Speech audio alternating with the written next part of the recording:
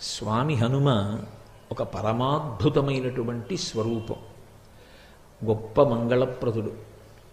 ఆయన ఎక్కడ చెప్పుకున్నా నేను ఈశ్వరుడను అని కానీ, నన్ను పూజించండి అని కానీ, నేను మీకు ఇటువంటి సౌఖ్యాన్ని కటాక్షిస్తాను అని కానీ ఎక్కడా చెప్పరు.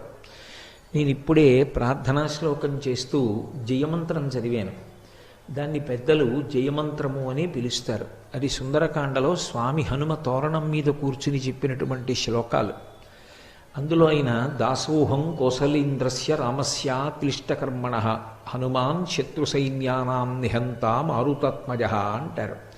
నేను రామదూతని, నేను రామ సచివుణ్ణి, అలాగే నేను రాముని యొక్క దాసాన దాసుణ్ణి అంటారు.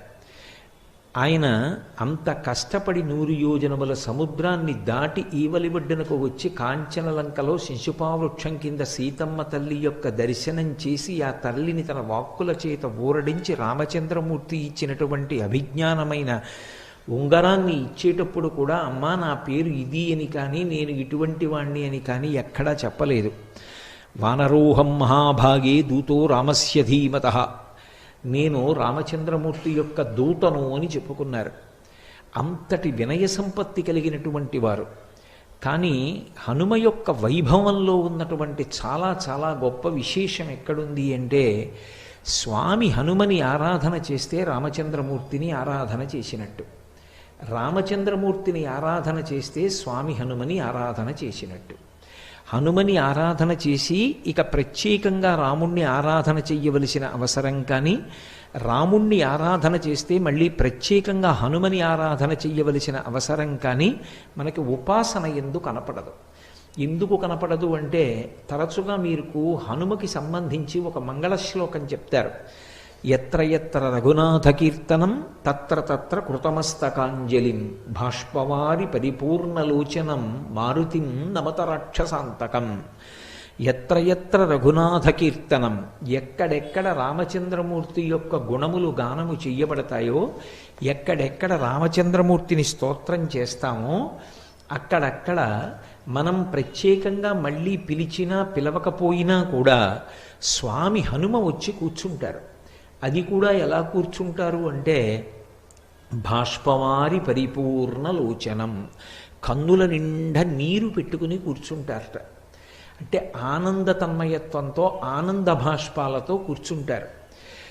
కాబట్టి ఎత్ర ఎత్ర రఘునాథ కీర్తనం తత్ర తత్ర కృతమస్తకాంజలిం, అది కూడా ఇలా తలెత్తి కూర్చోట, ఇలా తలదించుకొని బాష్పవారి పరిపూర్ణలోచనం మారుతిం నమత రాక్షసాంతకం. రాక్షసాంతకుడైనటువంటి ఆ స్వామి హనుమ వాయుపుత్రుడు కందుల నిండా నీరు పెట్టుకొని ఆ ఆనంద భాష్పాలతో రామచంద్రమూర్తి యొక్క కథ వింటారట. ఇది సంప్రదాయమునందు రూఢమైనటువంటి విశేషం. అంటే ఇందులో ఇక ఏ విధమైనటువంటి అపనమ్మకానికి తావు లేదు. అందుకే రామచంద్రమూర్తి యొక్క గుణగానం ఎక్కడుంటుందో అక్కడే స్వామి హనుమ ఉంటారు. అందుకే రామాయణం చెప్పిన, రామచంద్రమూర్తి గురించి చెప్పిన, లేదా హనుమ గురించి చెప్పడము అంటే రామచంద్రమూర్తి యొక్క ప్రస్తావన లేకుండా ఉండదు. అసలు ఇవాళ నా ఉపన్యాసమే రామచంద్రమూర్తితో కదూ. రామచంద్రమూర్తి ప్రస్తావన లేకుండా హనుమ గురించిన ప్రస్తావన ఉండదు. అందుకే ఆయన పరమ సంతోషంతో సభలోకి వస్తారట. వస్తారు కాబట్టే ఒక సంప్రదాయం ఉంది. ఏం చేస్తారంటే, ఉపన్యాసం చెప్పేటటువంటి పౌరాణికునితో పాటుగానే ఒక ఖాళీ ఆసనాన్ని పక్కన వేస్తారు. వేదిక మీద వేసి ఒక పాదపీఠాన్ని పెడతారు. అంటే పాదాలు పెట్టుకోవడానికి ఒక పీఠాన్ని ఉంచి ఒక పుష్పహారాన్ని ఆ ఆసనానికి కూడా సమర్పించి అందులో పువ్వులు వేసి ఉంచాలి. ఎందుకని అంటే, స్వామి హనుమ అందులోకి వచ్చి కూర్చుని వింటారు. ఒకవేళ మనం అలా పిలవలేదనుకోండి, అప్పుడు ఆయన రావడం మానరు. ఆయన సభలో ఎక్కడో వచ్చి కూర్చుంటారు. అది ఆయన యొక్క పరమ వినయానికి పరాకాష్ఠ.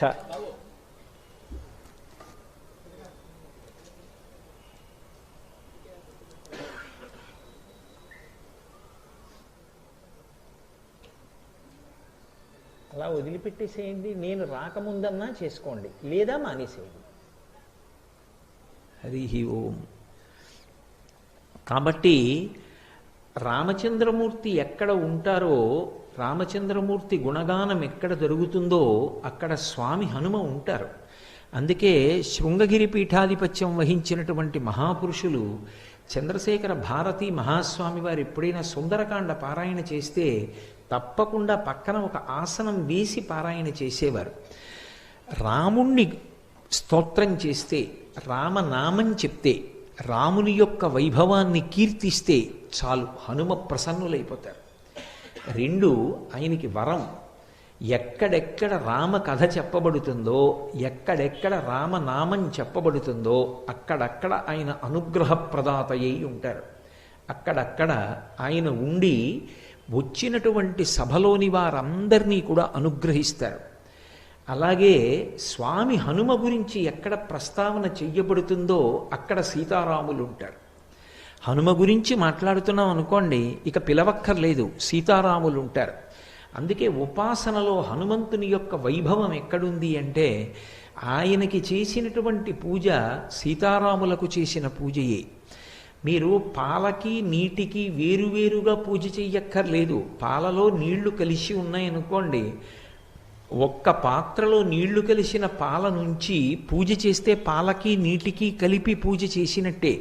అలాగే తన యొక్క ఉపాసన బలం చేత రామచంద్రమూర్తి ఎందే ఉండేటటువంటి స్వామి హనుమ మళ్ళీ ప్రత్యేకంగా ఆయనకి రాముడి కన్నా వేరుగా ఉపాసన చెయ్యవలసిన అవసరం ఉండదు. అందుకు ఎత్ర ఎత్ర రఘునాథ కీర్తనం తత్ర తత్ర కృతమస్తకాంజలిం అనడానికి కారణం. అంతగా అవిభాజ్యమై ఉంటారు.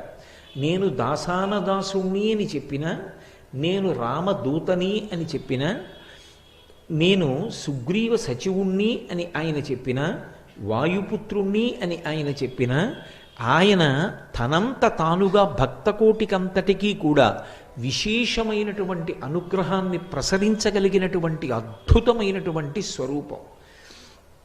మీరు జాగ్రత్తగా గమనిస్తే హనుమ యొక్క రూపం వానర రూపం. వానర రూపమైనటువంటి ఆ స్వామిని సుందరాతి సుందరుడు అని పిలుస్తారు. అందుకే ఆయన యొక్క వీర విజృంభణం ఉన్నటువంటి కాండ సుందరకాండ. ఏ కారణం చేత ఆయన సుందరుడు అంటే ఆయనకి ఆయనగా బయట అందంగా ఉండడం కాదు, ఆయన దర్శనం చేసినంత మాత్రం చేత తరువుకొస్తున్నటువంటి ఉపద్రవాలు కూడా తొలగుతాయి. లోకంలో మంగళములకన్నిటికీ కూడా ఆద్యమైనటువంటి మంగళవాక్కు ఏది అని అడిగారు. సంప్రదాయంలో అన్నిటికన్నా పరమమంగళప్రదమైన వాక్కు ఏది అంటే శ్రీరామ అన్న 3 అక్షరాలు. శ్రీరామ అని మీరు అన్నారనుకోండి, మీరు ఆ రోజున పరమమంగళప్రదమైనటువంటి మాట మాట్లాడారు అని గుర్తు. అందుకే ఎన్ని మాటలు శ్రీరామ అంటున్నారో, ఎన్ని మాటలు శ్రీరామనామం వ్రాస్తూ ఉంటారో అన్ని మాటలు ఆ మంగళత్వాన్ని పొందుతూ ఉంటాడు పాపనాశనం జరిగినటువంటి కారణం చేత. హనుమ యొక్క స్వరూపంలో ఉన్న గొప్పతనం ఏమిటంటే ఆయన సంధ్యాకాలానికి ప్రతీకగా ఉంటుంది ఆయన యొక్క ముఖమండలం.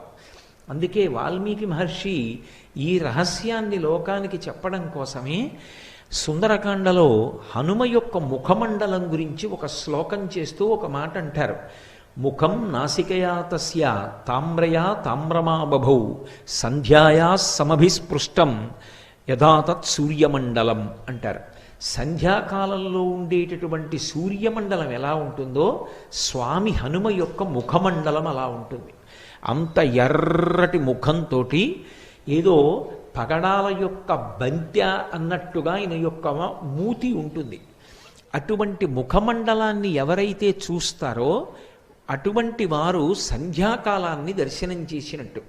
ఈ లోకంలో అతి తేలికగా బాలురా వృద్ధుల, స్త్రీయా పురుషుడా, పండితుడా పామరుడా ఈ వివక్ష లేకుండా ఎవరైనా సరే మంగళాన్ని పొందడానికి మాంసనేత్రంతో దర్శనం చేసి ఈశ్వరుని యొక్క అనుగ్రహాన్ని ప్రోధి చేసుకోవడానికి వీలైనటువంటి దర్శనాలలో అద్భుతమైనటువంటి దర్శనం సంధ్యాకాల దర్శనం. సూర్యోదయ సమయంలో ఉదయిస్తున్నటువంటి సూర్యుని యొక్క కాంతిని చూసిన, అరుణారుణ కాంతులను చూసిన, రథం వస్తున్నప్పుడు ముందు లోపల కూర్చున్న రథి కనపడడు, సారథి కనపడతాడు. అరుణుడు సూర్యరథానికి సారథి. అందుకే అరుణుని యొక్క ఉదయం అరుణోదయం, ఆ ఎర్రటి కాంతులను చిమ్ముతుంది ఆకాశం. సంధ్యాకాలంలో ప్రాతకాలంలో ఒక్కసారి ఆకాశం వంక చూసి ఎవరు నమస్కరిస్తారో వారికి మంగళములు కలుగుతాయి, వారికి అమంగళములు తొలగిపోతాయి. అలాగే స్వామి హనుమ యొక్క ముఖమండలము సంధ్యాకాలమునందు ఆకాశము ఎటువంటి మంగళాన్ని ఇవ్వగలిగినటువంటి శక్తితో దీప్తిని పొంది ఉంటుందో అటువంటి దీప్తిని పొంది హనుమ యొక్క ముఖమండలం ఉంటుంది. అందుకే సంధ్యాయా సమభిస్పృష్టం యథాతత్ సూర్యమండలం. ఆయన ముఖం నాసికయా తస్యా తామ్రయా తామ్రమాబభౌ. ఆయన యొక్క ముఖము, ఆయన యొక్క నోరు, ఆయన యొక్క ముక్కు ఎర్రగా పగడాల ముద్దలా ఉంటుంది. అలా ఎర్రగా ఉన్నటువంటి ముఖమండలం వంక ఒక్కసారి మీరు చూసి ఒక్క నమస్కారం చేశారనుకోండి, అది పరమమంగళములను ఇవ్వగలుగుతుంది. 2, హనుమ యొక్క ఉపాసనలో ఉన్నటువంటి అత్యద్భుతమైన విషయం, ప్రతిరోజు హనుమ యొక్క ముఖాన్ని ఎవరు చూస్తారో, ఎవరు ఆయనకి నమస్కారం చేస్తారో అటువంటి వారి యొక్క అజ్ఞానము తొలగిపోతుంది. చాలా తొందరగా వారికి జ్ఞానకటాక్షము కలిగేటటువంటి అదృష్టాన్ని పొందుతారు. ఎందుచేత అంటే ఆయన భర్గస్వరూపుడై ఉంటాడు అని పరాశర సంహితలో ఆయన యొక్క ఉపాసన రహస్యాన్ని చెప్తారు. భర్గుడు అజ్ఞానాన్ని తీసివేయగలిగినటువంటి స్వరూపం. గాయత్రీ మంత్రంలో బీజాక్షరానికి అధిదేవత. అటువంటి భర్గస్వరూపుడైనటువంటి హనుమ యొక్క ముఖాన్ని, ఆయన యొక్క రూపాన్ని ఎవరు చూస్తారో వారికి మంగళములు ఇవ్వబడతాయి. అందున ప్రత్యేకించి హనుమ ఉపాసనకి చాలా విశేషమైన రోజుగా చెప్పబడినది ఏది అంటే, సాధారణంగా ప్రతి వారంలోనూ కూడా మొట్టమొదట గొప్పది శనివారం. శనివారం నాడు స్వామి హనుమ యొక్క ఉపాసనకి అత్యంత ప్రీతిపాత్రమైన రోజు. ఆయన అవతార స్వీకారం చేసింది కూడా స్థిరవారం శనివారం నాడే చేశారు. వైశాఖమాసి కృష్ణాయాం అని ఆయన మందవాసరి దశమ్యాం మందవాసరి, దశమి తిథి నాడు శనివారం నాడే ఆయన ఆవిర్భవించారు. శనివారం ఆయన ఉపాసనకి చాలా శ్రేష్టమైనటువంటి రోజు. ఎందుచేత అంటే ఆ రోజు ప్రారంభం శనిహోరతో ప్రారంభమవుతుంది. శనీశ్వర గ్రహాన్ని తన తోకకి చుట్టి ఆయన మీద శని యొక్క ప్రభావం లేకుండా చూసి శిక్షించినటువంటి వారు స్వామి హనుమ. అప్పుడు శరీరము శిథిలమై స్వామి హనుమని ప్రార్థన చేశాడు శనీశ్వరుడు. అయ్యా, నీ చేత నేను ఇప్పటికే చాలా హింసింపబడ్డాను, నన్ను నీ తోక నుంచి విడిపించు, నీకేం కావాలో అడిగాడు. అడిగితే స్వామి హనుమ శనీశ్వరుని నుండి ఒక మాట పుచ్చుకున్నారు. ఎవరు నాకు పరమ భక్తులై ఉంటారో అటువంటి వారి జోలికి నువ్వు వెళ్ళకూడదు. ఒకవేళ జాతకంలో శనీశ్వరుని యొక్క ప్రభావం చాలా విశేషంగా ఉండేటటువంటి వారు కూడా హనుమ యొక్క అనుగ్రహానికి నోచుకున్న వారైతే అటువంటి వారందరికీ కూడా శనీశ్వర గ్రహం యొక్క ప్రభావం విశేషంగా ఉండేటటువంటి అవకాశం ఉండదు. అది హనుమ పుచ్చుకున్నటువంటి మాట. అందుకే హనుమదుపాసన శనివారం నాడు చేస్తే శనీశ్వర గ్రహం ఆనుకూల్యతని పొందుతుంది, పొంది బాధించడం అనేటటువంటిది ఉండదు. 2వది, మాసములలో మార్గశీర్ష మాసంలో శనివారం నాడు స్వామి హనుమని ఉపాసన చేసినట్లయితే అది చాలా విశేషమైనటువంటి ఉపాసన. మనకి అదృష్టం ఏమిటంటే మనం ఇవాళ మార్గశీర్ష మాసంలో శుక్లపక్షంలో ఇవాల్టి రోజున శనివారం నాటి సాయంకాలమే హనుమ యొక్క వైభవం గురించి ఆయన ప్రాంగణంలోనే కూర్చుని మాట్లాడుకుంటున్నాం. ఇది నిజంగా స్వామి హనుమ యొక్క అనుగ్రహ విశేషం. అంతటి మహానుభావుడైనటువంటి హనుమ 5 అంకె చేత ప్రీతి పొందుతారు. ఒక్కొక్క దేవతకి ఒక్కొక్క లక్షణం ఉంటుంది. మీరు విఘ్నేశ్వరుడి విషయంలో చూస్తే 16 అంకెకి ఒక ప్రీతి. ఆయనకన్నీ 16 కుడుములు, 16 ఉండ్రాళ్ళు, 16 రకాల పత్రులు, 16 రకాల పువ్వులు, 16 రకాలైనటువంటి నైవేద్యాలు, 16 నామాలు. సుముఖశ్చైకదంతశ్చ కపిలో గజకర్ణకః లంబోదరశ్చ వికటో విఘ్నరాజో గణాధిపః ధూమకేతుర్గణాధ్యక్ష ఫాలచంద్రో గజాననః వక్రతుండ శూర్పకర్ణో హిరంబస్కందపూర్వజః షోడశైతాని నామాని యప్పటే శృణుయాదపి విద్యారంభే వివాహే చ ప్రవేశే నిర్గమే తథా సంగ్రామే సర్వకార్యేషు విఘ్నస్తస్య న జాయతే షోడశైతాని నామాని 16 అంకె మీద విఘ్నేశ్వర తత్వం నడుస్తుంది. ఆయనకి 16 ప్రీతిని కాదు, తత్వం 16 మీద వెడుతుంది. అలాగే పరమశివుని యొక్క తత్వం 8 మీద వెడుతుంది. అందుకే అష్టమూర్తి తత్వము అని పిలుస్తారు. మీరు హనుమకి సంబంధించినంత వరకు ఆయన యొక్క విశేషం, ఆయన తత్వం 5 అంకె మీద నడుస్తుంది. అందుకే హనుమకి 5 పదార్థములను నివేదన చేస్తారు. 5 రకాలైనటువంటి పత్రముల చేత పూజ చేస్తారు. పంచముఖములతో కూడినటువంటి ఆంజనేయ స్వామి యొక్క ఉపాసనా విధానం ప్రత్యేకంగా ఉంటుంది. ఆయనకు ఒక దీక్ష ఉంది పరాశర సంహితలో, హనుమద్దీక్ష అని దీక్షా స్వీకారం చేస్తారు. చేసినప్పుడు అందులో అతి తక్కువ కాలం దీక్ష 5 రోజులు. 5 అంకె చేత ఆయన తత్వం ప్రకాశిస్తూ ఉంటుంది. హనుమ యొక్క అవతార ఆవిర్భావ సమయంలో లోకానికంతటికీ కూడా సృష్టికర్త అయినటువంటి చతుర్ముఖ బ్రహ్మగారు ఆయన యొక్క వైభవాన్ని కీర్తిస్తూ ఒక మాట అన్నారు. అమిత్రాణం భయకరో మిత్రాణం అభయంకర అని చెప్పారు. దేవతలందరూ తమ తమ శక్తుల్ని హనుమకి ధారపోశారు. అది కూడా చాలా విశేషంగా. ఎలా? ఏ దేవత యొక్క ఆయుధానికి కూడా హనుమ కట్టుబడరు. ఆయన్ని నిర్జించడం సాధ్యం కాదు. అంతటి మహానుభావుడై, అంతటి బలవంతుడై ఆయన నిలబడితే బ్రహ్మగారు ఆయన్ని కీర్తిస్తూ ఒక మాట అన్నారు. ఇది హనుమతత్వానికి జీవమైనటువంటి మాట. అమిత్రాణం భయకరో మిత్రాణం అభయంకర. అమిత్రులైనటువంటి వారికి ఆయన పరమ భయంకరుడు. అమిత్రులు అంటే మిత్రులు కానివారు. ఎవరికి మిత్రులు కానివారు? ఎవరో నేను ఒకడిని చూపించి వాడికి నేను మిత్రుణ్ణండి అంటే సరిపోదు. ఎవడు ధర్మానికి మిత్రుడు కాడో, ఎవడు దైవానికి మిత్రుడు కాడో, ఎవడికి వేద ప్రతిపాదితమైనటువంటి వాక్కు యందు విశ్వాసము లేదో, ఎవడు ఈశ్వర ధిక్కారం చేస్తాడో అటువంటి వాడి పట్ల ఆయన ఆగ్రహము వ్యక్తమవుతుంది. ఎవడు ధర్మమునందు అనురక్తి కలిగిన వాడై ఉంటాడో, ఎవడు భగవంతునికి దాసానదాసుడై భక్తుడై ఉంటాడో అటువంటి వాడి పట్ల ఆయన అనుగ్రహ ప్రసరణం జరుగుతుంది. ప్రత్యేకంగా హనుమదుపాసన చెయ్యవలసిన అవసరం లేదు. హనుమని ఉపాసన చేస్తేనే ఆయన అనుగ్రహం కలుగుతుంది అనుకోక్కర్లేదు. ఆయన యొక్క అనుగ్రహ విశేషంలో ఇదొక లక్షణం. అందుకని బ్రహ్మగారు ఆ మాట అన్నారు. ఎవడు ధర్మమునందు అనురక్తి కలిగినవాడో, ఎవడు భక్తి కలిగినవాడో, ఎవడు ఈశ్వరుని యొక్క పాదములను ఉపాసన చేస్తూ ఉంటాడో అటువంటి వాడికి హనుమ యొక్క కటాక్షము ఎప్పుడూ లభిస్తూ ఉంటుంది. అటువంటి వాణ్ణి హనుమ ఎప్పుడూ కాపాడుతూ ఉంటారు. అందుకే మీరు ఎప్పుడైనా హనుమ యొక్క విశేషాల్ని పరిశీలించండి, మీకు స్పష్టంగా ఈ విషయాలన్నీ కూడా ద్యోతకమవుతాయి. శ్రీరామాయణంలో చెప్పబడినటువంటి విషయాలు కొన్నింటిని పరాశర సంహితలో మహర్షి చెప్పారు. హనుమ ఉపాసనకి సంబంధించినటువంటి విషయములనన్నిటినీ కూడా క్రోడీకరించి ఒక చోట గుదిగుచ్చి మనకి పరిశీలనం చేసుకోవడానికి, అనుష్ఠానం చేసుకోవడానికి అత్యంత వీలైనటువంటి రీతిలో మనకి పరాశర మహర్షి అందించారు. పరాశర సంహిత హనుమకి సంబంధించినటువంటి ఉపాసనా విధానాన్ని, ఆయన యొక్క అనుగ్రహాన్ని, ఆయన యొక్క వైభవాన్ని మనకి విశేషంగా అందజేస్తుంది. హనుమ క్షేత్రములు ప్రధానమైనవి ఎక్కడెక్కడున్నాయి, ఎక్కడెక్కడ ఆయన యొక్క అనుగ్రహాన్ని పొందడానికి వీలుగా ఆ క్షేత్రాలు ప్రకాశిస్తున్నాయి, ఈ విషయాలన్నిటినీ కూడా మనకి పరాశర సంహిత చెప్తుంది.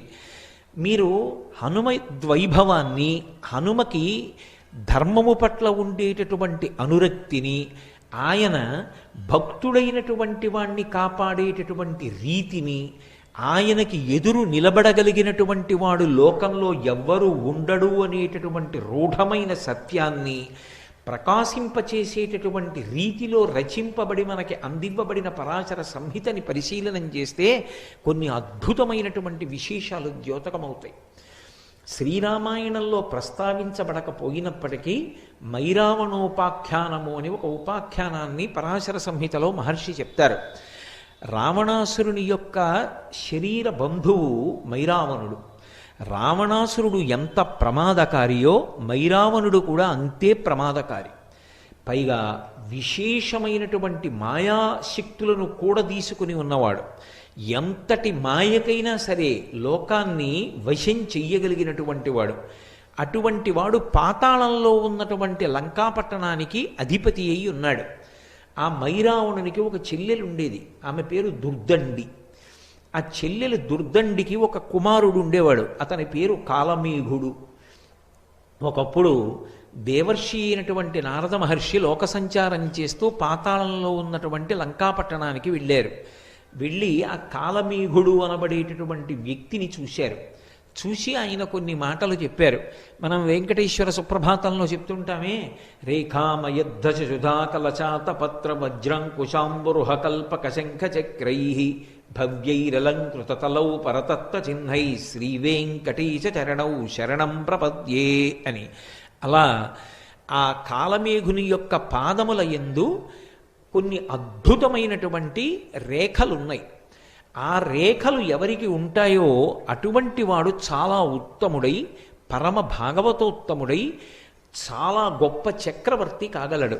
అందుకని ఈ పాతాళలోకంలో ఉండేటటువంటి లంకాపట్టణాన్ని ఈ నీలమేఘుడు పరిపాలన చేస్తాడు. కొంతకాలం అయిన తర్వాత ఇతని పరిపాలనలో ఈ పాతాళలోకానికి చాలా వైభవం కలుగుతుంది అని చెప్పి నారద మహర్షి వెళ్ళిపోయారు.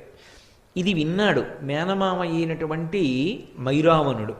తన మేనల్లుడు ఆ నీలమేఘుడు ఎక్కడ చక్రవర్తి అవుతాడో, చాలా గొప్ప కీర్తి ప్రతిష్టలు తెచ్చుకుంటాడో, భగవద్భక్తుడై ప్రకాశిస్తాడో, ధర్మమునందు అనురక్తి కలిగిన వాడవుతాడోనని ఆయనని పెద్ద పెద్ద బరువైన ఇనప గొలుసులతో బంధించాడు. సోదరి అని కూడా చూడకుండా తోడపుట్టినటువంటి దుర్దండిని కూడా ఇనప గొలుసులతో బంధించాడు. తనని కన్న తండ్రిని కూడా బంధించి చెరసాలలో ఉంచాడు. వీళ్ళు ఈ పెద్ద పెద్ద ఇనప గొలుసులు మోసుకుంటూ నడవలేక తిరుగుతూ ఉండేవారు. కొద్ది దూరం నడవాలంటే కష్టం, అటువంటి శిక్ష వేశాడు వాళ్ళకి. ఈ సోదరి అయిన దుర్దండి, ఆమె కుమారుడైనటువంటి ఆ నీలమేఘుడు పడరాని ఇడుములు పడుతున్నారు మైరావణుని యొక్క రాజ్య పరిపాలన యందు. ఇలా ఉండగా ఒకప్పుడు రామచంద్రమూర్తి సముద్రానికి సేతువు కట్టి లంకాపట్టణాన్ని చేరుకుని సీతమ్మ తల్లిని తిరిగి పొందడం కోసమని రావణాసురుడితో యుద్ధం చేయడానికి సంకల్పించినటువంటి రోజులలో రామచంద్రమూర్తిని లక్ష్మణస్వామిని అపహరించి తీసుకుని వెళ్ళిపోయి కీడు తెలపెట్టడం తనకి సాధ్యం కావడం లేదని నిశ్చయానికి వచ్చినటువంటి దురాత్ముడైనటువంటి రావణాసురుడు తన బంధువు మేనమామ అయినటువంటి మైరావణుణ్ణి ఆశ్రయించి ఎలాగైనా సరే రామలక్ష్మణుల్ని అపహరించి తీసుకుని వెళ్ళి నిర్జించమని కోరాడు. ఆ రోజులలో స్వామి హనుమ తన యొక్క వాలము చేత, తోక చేత ఒక పెద్ద ప్రాకార నిర్మాణం చేస్తుండేవారు రాత్రివేళ. అందులో వానర సైన్యం అంతా పడుకునేది. ఆయన తన తోకనే ప్రాకారంగా పెట్టి ఉండేవారు. ఆ తోక దాటి వెళ్ళడం లోపలికి ఎవరికి సాధ్యమయ్యేది కాదు. ఈ వార్త మైరావణుడికి వెళ్ళింది, రామలక్ష్మణుల్ని అపహరించాలి. ఎలా అపహరించడం ఆలోచన చేశాడు. ఆయన దగ్గర సూచీముఖుడు అని ఒక రాక్షసుడు ఉండేవాడు. మేకు ఎలా ఉంటుందో ఆయన ముఖం అలా ఉంటుంది, అంత వాడి అయినటువంటి ముఖం. దానితో ఎంత పటిష్టమైనటువంటి ప్రాకారాన్నైనా సరే ఆయన బద్దలు కొట్టి రంధ్రం చేయగలడు. సూచీముఖుణ్ణి పిలిచి, నువ్వు హనుమ వాలంతో తయారు చేసినటువంటి ప్రాకారాన్ని భేదించి లోపలికి వెళ్ళి నీ మాయలు చూపించి రామలక్ష్మణుల్ని ఒక పెట్టెలో పెట్టి తీసుకురమ్మన్నాడు. సూచీముఖుడు వెళ్ళాడు. వెళ్ళి హనుమ యొక్క వాలం దాకా వెళ్ళి తన ముఖంతో ఆ వాల సంబంధ ప్రాకారాన్ని భేదించడానికి ప్రయత్నించాడు. ఆయన తోకలోంచి ఒక వెంట్రుక పైకొచ్చింది. ఆ వెంట్రుక సూచీముఖుని యొక్క ముఖానికి తగిలి ఆ ముఖం బద్దలైపోయి నెత్తురోడుతున్న ముఖంతో సూచీముఖుడు మైరావణుడి దగ్గరికి వెళ్ళాడు. వెళ్ళి, అయ్యా, హనుమ వాలమునకు ఉన్న ఒక తోక తగిలితే నా ముఖం పగిలిపోయింది, ఇక నేనేం భేదించగలను, నా వల్ల కాలేదన్నాడు. వెంటనే ఆయన మూషికముఖుడు అని పిలవబడేటటువంటి వేరొక రాక్షసుణ్ణి పిలిచాడు. ఆయన ఎలుక ముఖం ఉన్నవాడు. ఆయన కూడా ఎంత దుర్భేద్యమైన దానికైనా రంధ్రం చేయగలడు. నువ్వు వెళ్ళి రంధ్రం చేసి అపహరించవన్నాడు.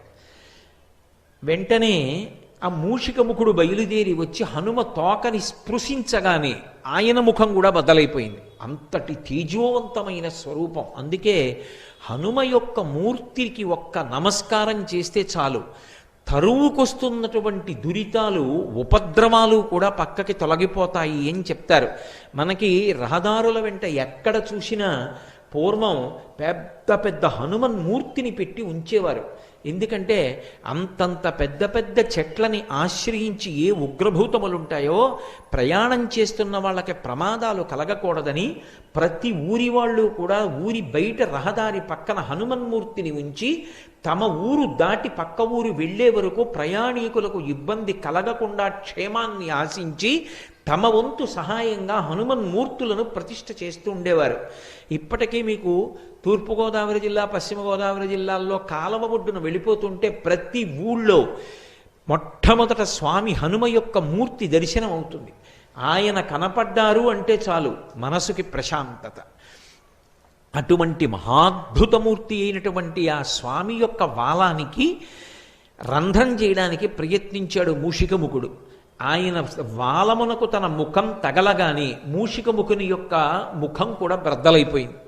ఏడుస్తూ నెత్తురు కారుతూ మైరావణుడి దగ్గరికి వెళ్ళాడు. ఆయన వెంటనే పాషాణభేది అని పిలవబడేటటువంటి ఇంకొక రాక్షసుణ్ణి పిలిచాడు. వజ్రాన్ని కూడా బదలగొట్టగలడు తన ముఖంతో. వజ్రం వజ్రీన భిన్నయేత్ అని లోకంలో సామెత. వజ్రం వజ్రానికే బదలవుతుంది. అటువంటిది వజ్రాన్ని కూడా భేదించగలిగినటువంటి పాషాణభేది అనేటటువంటి శక్తి కలిగినటువంటి ముఖమున్న రాక్షసుణ్ణి పిలిచి ఆ వాల ప్రాకారానికి రంధ్రం చేసి రామలక్ష్మణుల్ని అపహరించమన్నాడు. ఆయన ప్రయత్నించాడు, విఫలుడైపోయాడు, తిరిగి వచ్చాడు, మైరావణుడికి చెప్పాడు. వేరొక మార్గం లేదు, ఆయన అనుగ్రహిస్తే తప్ప లోపలికి వెళ్ళడం కుదరదు, రామలక్ష్మణుల్ని అపహరించలేం. ఆలోచించి మైరావణుడు విభీషణుడి యొక్క రూపాన్ని పొందాడు. ఎందుకని అంటే వాళ్ళు కామరూపులు, కావలసినటువంటి రూపాన్ని పొందుతారు. విభీషణుడి రూపాన్ని పొంది ఒక పెద్ద పెట్టొకటి చేత్తో పట్టుకొని స్వామి హనుమ పాదముల దగ్గరకు వెళ్ళి నిలబడి పైకి చూసి హనుమకి నమస్కారం చేసి, హే హనుమ, మీరు ఇక్కడ కాపలా ఉండబట్టి ఆ వాలప్రాకారంలో రామలక్ష్మణులు ఇద్దరూ హాయిగా నిద్రపోతున్నారు. కానీ పగలు చేసినటువంటి యుద్ధంలో వాళ్ళ శరీరానికి కలిగినటువంటి గాయములకు ఉపశాంతి కలగాలని ఓషధుల్ని తీసుకొచ్చాను. లోపలికి వెళ్ళి రామలక్ష్మణుల దర్శనం చేసి వాళ్ళు క్షేమంగానే ఉన్నారు అన్నది రూఢం చేసుకుని ఈ ఓషధులు ఇచ్చి వస్తాను, కొద్దిగా చోటు ఇవ్వవలసింది అని అడిగాడు. విభీషణుడు వచ్చాడు అన్న ఆలోచనతో రామలక్ష్మణుల యొక్క క్షేమాన్ని అపేక్షించేటటువంటి లక్షణమున్న హనుమ తన తొడల సందులో కొద్దిగా చోటిచ్చారు. ఆ తొడల సందులోంచి వెళ్ళిపోయాడు లోపలికి మైరావణుడు. వెళ్ళి తను తెచ్చినటువంటి ఓషధుల్ని పిండితే ఏ నిద్రపోతున్న వ్యక్తి అయినా మూర్ఛలోకి వెళ్ళిపోతారు. అటువంటి ఓషధుల్ని పిండాడు. రామలక్ష్మణులు ఇద్దరూ మూర్ఛలోకి వెళ్ళిపోయారు. ఇద్దరినీ పెట్టెలో పెట్టుకుని మూత వేసి మళ్ళీ బయటికి వచ్చేసాడు. లోపలికెళ్ళి చూశాను, రామలక్ష్మణులు నిద్రపోతున్నారు. రాత్రివేళ రాక్షసులు సంచరించేటటువంటి సమయం. రాక్షసులు మహామాయావులు. హనుమ తస్మాత్ జాగ్రత్త జాగ్రత్త అని చెప్పి తాను పాతాళలోకంలో ఉన్న లంకాపట్టణానికి రామలక్ష్మణుల్ని తీసుకుని వెళ్ళిపోయాడు. తీసుకుని వెళ్ళి ఆ పెట్టె మూత తీసి చూశాడు. తాను పిండిన ఓషధుల యొక్క శక్తి చేత రామలక్ష్మణులు ఇద్దరూ మూర్ఛలో ఉన్నారు. తన చెల్లెలు దుర్దండిని పిలిచాడు. వీళ్ళిద్దరినీ ఇప్పుడు మహానది దగ్గర గొప్ప ఉత్సవం జరుగుతోంది, ఆ ఉత్సవానికి తీసుకెళ్ళి వీళ్ళని బలిస్తాను. బలిచ్చే ముందు ఈ నరులిద్దరికీ స్నానం జరగాలి. 1వ ప్రాకారం ముందర దివ్యమైనటువంటి కొలను ఉంది. ఆ కొలను నుండి నువ్వు బంగారు కుంభంతో నీళ్లు తీసుకొచ్చి వీళ్ళిద్దరికీ స్నానం చేయించు. వీళ్ళు మూర్ఛయందున్నారు, నీళ్లు మీద పడినా పైకి లేవరు. నేను అటువంటి ఓషధులు పిండాను కాబట్టి నువ్వు నీళ్లు పోయి వీళ్ళని మహానదీ తీరానికి తీసుకెళ్ళి బలిస్తానన్నాడు. ఆమె సంకెళ్ళు వేయబడి ఉంది. ఆమె ఎంతో బాధపడుతూ ఇంతటి ధర్మాత్ములైనటువంటి రామలక్ష్మణులకు ఇటువంటి కీడు తలపెట్టాడే అని, స్వామి హనుమ ఉండగా వీళ్ళకి ఇటువంటి ఉపద్రవం ఎందుకు జరుగుతుంది, హనుమ ఎక్కడ ఉన్నారు, ఎందుకు రాలేదు, ఎందుకు రక్షించట్లేదు, ఆయనకి తెలియదా అని ఆలోచిస్తూ హనుమని స్తోత్రం చేస్తూ ఆవిడ నడిచి వెడుతోంది. వెడుతుండగా ఇక్కడ హనుమ నిలబడి ఉన్నారు. విభీషణుడే వచ్చి వెళ్ళాడు అనుకుంటున్నారు. మళ్ళీ విభీషణుడు వచ్చాడు. ఆ వచ్చినవాడు అసలు విభీషణుడు. వచ్చి హనుమ బాగా చీకటి పడింది, రాక్షసులు తిరిగేటటువంటి సమయం, మాయావులు, తస్మాత్ జాగ్రత్త సుమ, లోపల ఉన్న రామలక్ష్మణుల్ని ఒక్కసారి దర్శనం చేసి వస్తాను, క్షేమంగా ఉన్నారో లేదో, నా ఆరాటం నాదన్నాడు. ఆయన అన్నారు, ఇప్పుడే కదా దర్శనం చేశావు, మళ్ళీ దర్శనానికి వెడతానంటే ఏమిటన్నారు. నేనొచ్చాను ఆ దర్శనానికి, నేను రాలేదన్నాడు విభీషణుడు. ఏదో ఉపద్రవం జరిగిందని విభీషణుడిని తీసుకుని లోపలికి వెళ్ళారు. వెడితే అప్పటికే రామలక్ష్మణులు అపహరింపబడ్డారు. ఎవరు అపహరించారు, ఎలా అని ఆలోచన చేశారు. అప్పుడు విభీషణుడు చెప్పాడు, ఇది మైరావణుడి పని, మహామాయావి. మైరావణుని యొక్క పాతాళ లంకకి వెళ్ళడానికి రెండు మార్గాలు ఉన్నాయి. ఒకటి విశాలమైనటువంటి సొరంగ మార్గం, అందులో బయలుదేరి వెడితే అనేక మంది రాక్షసులు కనపడతారు. వాళ్లతో యుద్ధం చేసి పాతాళ లంకకి చేరడానికి చాలా సమయం పడుతుంది. ఈ లోపల రామలక్ష్మణులకు ఉపద్రవం రావచ్చు. రెండవది, రావణాసురుని యొక్క అంతఃపురంలోంచి మార్గం ఉంది. అది తామరనాళం ఎలా ఉంటుందో అంత సన్నగా ఉంటుంది. అందులోంచి సూక్ష్మరూపుడవై వెళ్ళాలి. వెళ్ళిన తరువాత పాతాళలంక యొక్క బహిప్రదేశానికి చేరుకుంటావు. అక్కడ మొదటి ప్రాకారాన్ని దాటడం చాలా చాలా కష్టం. అసలు ప్రాకార ప్రవేశం చెయ్యలేరు. అటువంటి ఏర్పాట్లున్నాయని నేను విన్నాను. అక్కడ వరకే నాకు తెలుసు. అక్కడ ఏ పాటిని అలికిడి తెలిసినా ఏకకాలమునందు కోట్ల మంది రాక్షసులు వచ్చి మీద పడిపోతారు. జాగరూకుడవై వెంటనే బయలుదేరమన్నారు. మహానుభావుడు స్వామి హనుమ వెంటనే రామలక్ష్మణుల యందు ఉన్న భక్తి చేత ఆ నాళ మార్గం గుండా బయలుదేరి లోపలికి వెళ్ళారు. వెళ్ళేటప్పటికి తిన్నగా ఈ జలాశయం దగ్గరికి వెళ్ళారు. అక్కడ ఏడుస్తూ దుర్దండి కనపడింది. దుర్దండి అంటే మళ్ళీ మీరు జ్ఞాపకం తెచ్చుకోండి, ఆవిడ మైరావణుని యొక్క చెల్లెలు. అక్కడ ఒక పెద్ద శమీ వృక్షం ఉంది. లంకాపట్టణంలో అయితే శిశుపా వృక్షం, ఇక్కడ శమీ వృక్షం. శమీ వృక్షం మీదకెక్కి కూర్చున్నారు. కూర్చుని ఈమె ఎందుకు ఏడుస్తోంది అని పరిశీలించారు. ఆమె వెక్కుతూ పైకి అంటోంది, హనుమ ఏమయ్యారో, హనుమ ఎక్కడున్నారో, హనుమ ఉంటే రామలక్ష్మణులకు ఇటువంటి కీడు ఏర్పడదే అని. వెంటనే వచ్చి, అమ్మా నువ్వెవరు, స్వాంతన పొందు, నిజం చెప్పన్నారు. మైరావణుడే మాయావేషంలో వచ్చాడేమోనని దుర్దండి భయపడింది. కానీ హనుమ పలికినటువంటి స్వాంతన వచనముల చేత ఊరట పొందినటువంటి దుర్దండి తాను రామలక్ష్మణులకు నీటిని పట్టికెడుతున్నటువంటి విషయాన్ని, స్నానం చేయించిన తరువాత మైరావణుడు వాళ్ళిద్దరినీ మహానదీ తీరానికి తీసుకెళ్లి బలివ్వాలనుకుంటున్నటువంటి విశేషాన్ని చెప్పింది. నన్ను ఎలాగైనా మైరావణుడు ఉన్న అంతఃపుర ప్రాంతంలోకి ప్రవేశపెట్టగలవా అని అడిగారు. ఇక్కడ ఒక విశేషం ఉంది.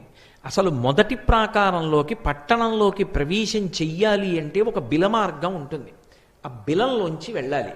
వెళ్ళేటప్పుడు ఆ రంధ్రంలో దూరి వెళ్ళగానే ఒక త్రాసు ఒకటి ఉంటుంది. త్రాసుకి 2 తక్కెళ్ళు ఉంటాయి.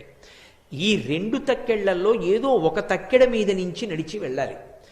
అది మైరావణుడు పరమశివుడి గురించి గొప్ప తపస్సు చేసి పొందినటువంటి త్రాసు. ఎవరైనా లోపలికి వెళుతున్నప్పుడు ఎంత సూక్ష్మరూపంతో వెళుతుండనివ్వండి, వాడు మైరావణుడి మిత్రుడైతే త్రాసు అలాగే నిలబడుతుంది సమంగా 2 తక్కెళ్ళును. ఒకవేళ ఎవరైనా శత్రువు వెడుతూ ఉంటే వెంటనే ఒకవైపు ఉన్నటువంటి తక్కెడ కిందకి దిగి రెండవది పైకి లేస్తుంది. పిడుగులు పడిన ధ్వని, ప్రమాద ఘంటికలు మోగుతాయి. ఆ పాతాళ లంకంతా రాక్షసులందరూ విచ్చుకత్తులు పట్టుకుని త్రాసు దగ్గరికి వచ్చేస్తారు.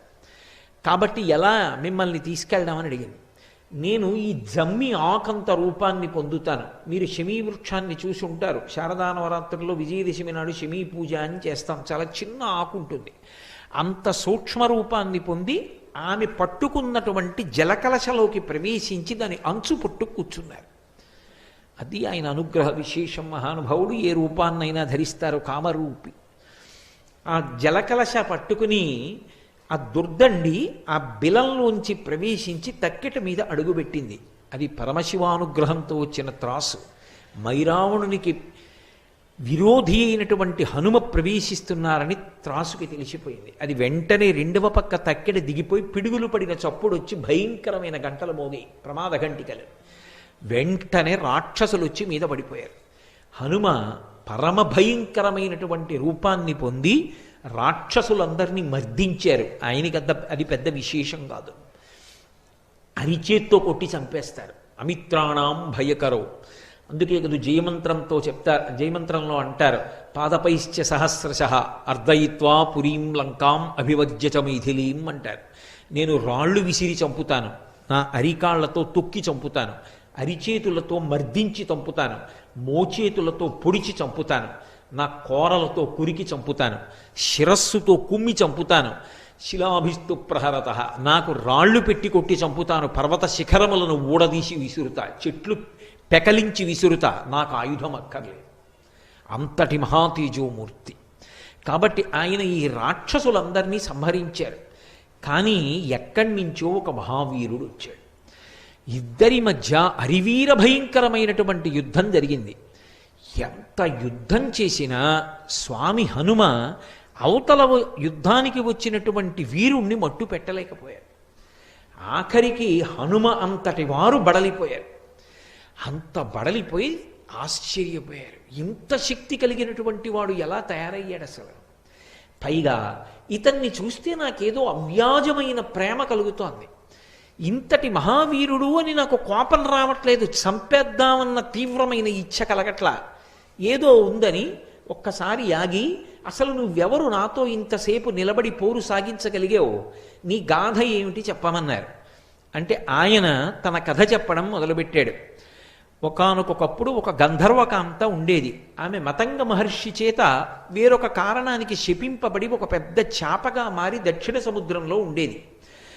ఆమెకి శాపావకాశం ఎప్పుడు కలుగుతుంది, ఎప్పుడు పోతుంది ఆ శాపం అని ఆమె మతంగ మహర్షిని ప్రార్థించింది.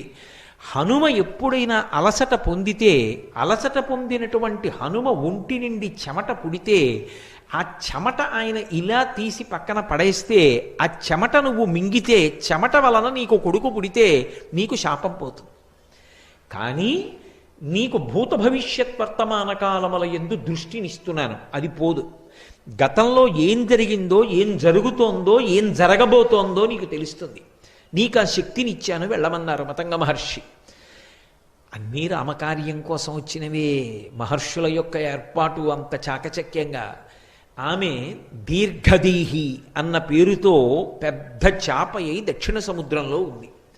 స్వామి హనుమ సేతుబంధనం జరుగుతున్న సమయంలో అలసట పొందారు. పెద్ద పెద్ద బండరాళ్ళు తెచ్చి సముద్రంలో వేస్తున్నారు.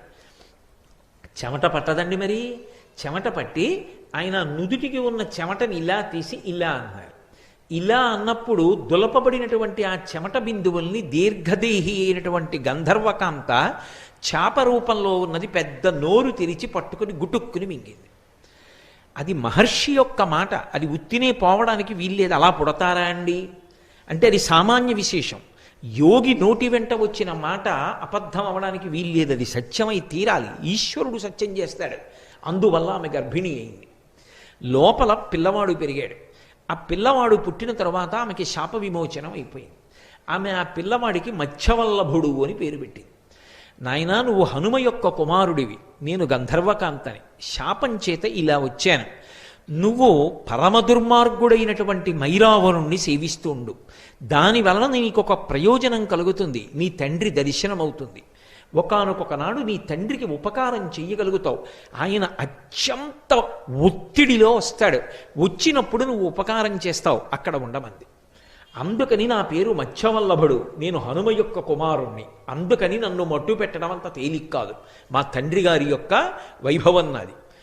హనుమ చూసి పరమ సంతోషంతో వెళ్ళి పుత్రగాత్ర పరిష్వంగం కొడుకుని కౌగలించుకుని మురిసిపోయి, నాయనా, నిన్ను చూస్తే ఎంతో ముచ్చటగా ఉంది. నేనే హనుమని, నువ్వు నా కుమారుడవు, నీ యందు అపారమైన ప్రీతి పొందాను అంటే తండ్రి కాళ్ళ మీద పడి నమస్కారం చేసి, నాన్నగారు నేను మీకు ఎలా ఉపయోగపడగలనని అడిగాడు. మైరావణుని యొక్క అంతఃపురాన్ని చూపించమన్నారు. అంతఃపురాన్ని చూపించాడు. ఇక నువ్వు వెళ్ళిపోమ్మని ఆ మైరావణుడితో యుద్ధం చేసి స్వామి హనుమ ఆ మైరావణుణ్ణి మట్టు పెట్టారు. మట్టు పెట్టడం అంత తేలికగా ఏమైపోలేదు. ఎందుకంటే ఇద్దరి మధ్య ప్రచండమైన యుద్ధం జరిగింది. ఆయన తన దంతములతో మైరావణుడి యొక్క కంఠాన్ని కొరికేసి గోళ్లతో శరీరాన్ని ఖండములుగా చీల్చి పక్కన పారేసినా మళ్ళీ వాడు వచ్చి యుద్ధం చేసేవాడు. అసలు ఎలా మరణిస్తాడు ఈ మైరావణుడు? ఏం చేసినా మళ్ళీ బ్రతుకుతున్నాడు? తెల్లబోయారు హనుమ. అప్పుడు దుర్దండి చెప్పింది, శరీరాన్ని ఎంత హింస పెట్టినా మరణించాడు. ఆయన మరణించాలి అంటే ఒకే ఒక్క కారణానికి మరణిస్తాడు. అదిగో మీరు యుద్ధం చేస్తున్న చోట మధ్యలో ఒక రాయి ఉంది. ఆ రాతిని హనుమ మీరు మీ కాలుతో తన్నండి. ఆ కింద చిన్న బిలం ఉంది. ఆ బిలంలోంచి 5 తుమ్మెదలు పైకొస్తాయి. ఇతని పంచప్రాణాలు తుమ్మెదల్లో ఉన్నాయి. అవి ఎగురుతున్నంత కాలం ఇతను మరణించాడు. ఆ 5 తుమ్మెదల్ని మీ పాదంతో నొక్కేయండి. నొక్కేస్తే ఇతని పంచప్రాణములు పోయి శరీరాన్ని విడిచిపెట్టేస్తాడు. వెంటనే ఏడ్చాడు మైరావణుడు. చెల్లెలా, నా తోడబుట్టిన దానివి, నా ప్రాణాలు ఎక్కడున్నాయో చెప్పేస్తావా హనుమకని? ఇవి నువ్వు ధర్మం తప్పలా? ధర్మాత్ముడు భక్తితత్పరుడు అయి ఈ రాజ్యమును పరిపాలించవలసినటువంటి నా కుమారుణ్ణి తీసుకెళ్ళి నిష్కారణంగా నిర్బంధించి, నన్ను నిర్బంధించి నువ్వు రాజ్య పరిపాలన చేస్తూ ఇవాళ మమ్మల్ని ఇంత కష్టపెట్టినటువంటి వాడివి, నువ్వు మరణించవలసినటువంటి అవసరం కూడా ఉంది. అందుకే మీ ప్రాణములు ఎక్కడున్నాయో చెప్పానంది. ఇక తను మరణిస్తానని తెలిసిపోయింది మైరావణుడికి. ఆ కాలితో అక్కడ ఉన్న రాతిని తన్నారు స్వామి హనుమ. ఆ బిలంలోంచి 5 తుమ్మెదలు పైకొచ్చాయి. వెంటనే తన పాదంతో 5టిని నలిపేశారు. పంచప్రాణములు పోయిన కారణం చేత విగత జీవుడై ఆ మైరావణుడు నేల మీద పడిపోయాడు. పడిపోయిన తరువాత అప్పుడు అక్కడ ఉన్నటువంటి ఆ నీలమేఘుడికి, దుర్దండి యొక్క కుమారుడికి పాతాళలంకా పట్టాభిషేకం చేసి రామలక్ష్మణులిద్దరినీ కూడా తీసుకుని మళ్ళీ లంకాపట్టణానికి చేరుకున్నారు. చేరుకున్న కారణం చేత రామరావణ యుద్ధమై చిట్ట చివర రావణాసురుడు మడిసిపోయాడు. అదిగో మైరావణుణ్ణి మర్దించి పరమ సంతోషంగా, నేను రామకార్యాన్ని చెయ్యగలిగాను, నా వల్ల ఒక చిన్న పొరపాటు జరిగింది, విభీషణుడు అనుకుని మైరావణుణ్ణి లోపలికి పంపాను, రామలక్ష్మణుల్ని అపహరించాడు, మళ్ళీ నేను ఆ దోషం దిద్దుకుని రామలక్ష్మణుల్ని రక్షించగలిగాను అన్న పరమ సంతోషంతో ఉన్నటువంటి రూపాన్ని ఆయన పాతాళ భేదనం చేసి పైకొచ్చి వెలిసినటువంటి మూర్తియే నైమిషారణ్యంలో ఉన్నటువంటి హనుమ. హనుమాన్ గాడి అని చెప్పి క్షేత్రం ఉన్నదే, అక్కడ ఉన్న స్వయంభూమూర్తి పెద్ద హనుమ ఉంటారు. ఆ హనుమ స్వయంగా మైరావణుణ్ణి మర్దించి పైకొచ్చినటువంటి స్వామి. ఈ మధ్యకాలంలో మనందరం నైమిషారణ్యం యాత్రకి వెళ్ళినప్పుడు ఆ హనుమాన్ గాడిలోనే ఉండి ఆ క్షేత్రంలోనే స్వామి హనుమ పాదాల చెంతన కూర్చుని మనం ఒక రోజున రామనామ సంకీర్తనం చేసి వచ్చేటటువంటి అదృష్టాన్ని మనకి కటాక్షించాడు. ఆ స్వామి యందు ఒక విచిత్రమైన లక్షణం ఉంటుంది. మూర్తిని ఇలా ముట్టుకుంటే, ఒక్కసారి ఇలా కళ్ళు మూసుకుని ముట్టుకుంటే నిజంగా ఎవరినో మనిషిని ముట్టుకున్నట్టే ఉంటుంది. కానీ అలా అంగీకరించారు, అలా ఏం ముట్టుకోనివ్వరు. అది దేవస్థానానికి సంబంధించిన వాళ్ళే ప్రతిరోజు సింధూరాన్ని అలదుతారు. మరి ఎందుకు పిలిచారో నాకు తెలియదు, కానీ అది స్వామి అనుగ్రహ విశేషమో ఏమో. నేను అక్కడ కూర్చుని ఉండగా అకస్మాత్తుగా నన్ను పిలిచి సింధూర పాత్ర ఇచ్చి, మీరు కూడా ఇవాళ స్వామికి సింధూరం రాయండి అన్నారు. ఆ రోజున హనుమాన్ గాడిలో స్వామి శరీరానికి సింధూరం రాస్తూ ఉంటే నేను అనుభవించినటువంటి ఆ స్పర్శ సుఖం నా జీవితంలో నేను ఎన్నడూ మరిచిపోలేనటువంటి అనుభూతి. అంత అద్భుతమూర్తి, అంతటి మంగళప్రదుడు. హనుమ యొక్క క్షేత్రాలలో తప్పకుండా దర్శనం చెయ్యవలసిన క్షేత్రాలు 13 చెప్తారు. 13లో ఒక మహాద్భుత క్షేత్రం నైమిషారణ్యంలో ఉన్నటువంటి స్వామి హనుమ. అంత గొప్ప క్షేత్రంలో మనం ఆ స్వామిని దర్శించి అక్కడ రామనామ గానం చేసి రాగలగడం ఆ రామచంద్రమూర్తి యొక్క, సీతమ్మ యొక్క, స్వామి హనుమ యొక్క నిర్హేతుక కృపా కటాక్ష వీక్షణం. కాబట్టి హనుమ ఎక్కడ ధర్మతత్పరులైన వారు ఉంటారో అక్కడక్కడ ఆయన అనుగ్రహ ప్రచోదనం ఉంటుంది. దుర్దండి ప్రార్థన చేసిందని వెళ్ళారా? దుర్దండి యొక్క కుమారుడైనటువంటి ఆ నీలమేఘుడు ప్రార్థన చేశాడని వెళ్ళారా? మైరావణుడు రామలక్ష్మణుల్ని అపహరించడం యథార్థానికి వాళ్ళు రక్షింపబడడానికి హనుమ అక్కడికి వెళ్ళి మైరావణుణ్ణి మర్దించాలి. అది జరగాలి అంటే దానికి ఏదో ఒక సన్నివేశం జరగాలి. అందుకు రామలక్ష్మణుల్ని అపహరించగలిగాడు తప్ప వేరొకలా సాధ్యమా? ఎక్కడ ధర్మం ఉంటుందో అక్కడ స్వామి హనుమ ఉంటారు. మీరు రామాయణంలో ఒక పెద్ద చమత్కారాన్ని చూసుంటారు. వీటిని ప్రార్థనా శ్లోకాలుగా చెప్తారు హనుమ విషయంలో. గోష్పదీకృతమారాసిం మశకీకృత రాక్షసం రామాయణ మహామాలారత్నం వందే అనిలాత్మజం.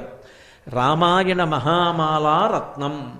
మాల అంటాం. మాల అంటే ఇదిగో ఇప్పుడు ఏదో నాకు మెడలో ఈ పుష్పమాల వేశారు. ఈ పుష్పమాల శోభస్కరంగా ఉంది. ఎందుకని అంటే ఇటువైపు నుంచి దండ, ఇటువైపు నుంచి దండ కట్టి మధ్యలో దీనికి ఈ పూల యొక్క మాలని మధ్యలో ఒక గుచ్ఛాన్ని అమర్చారు.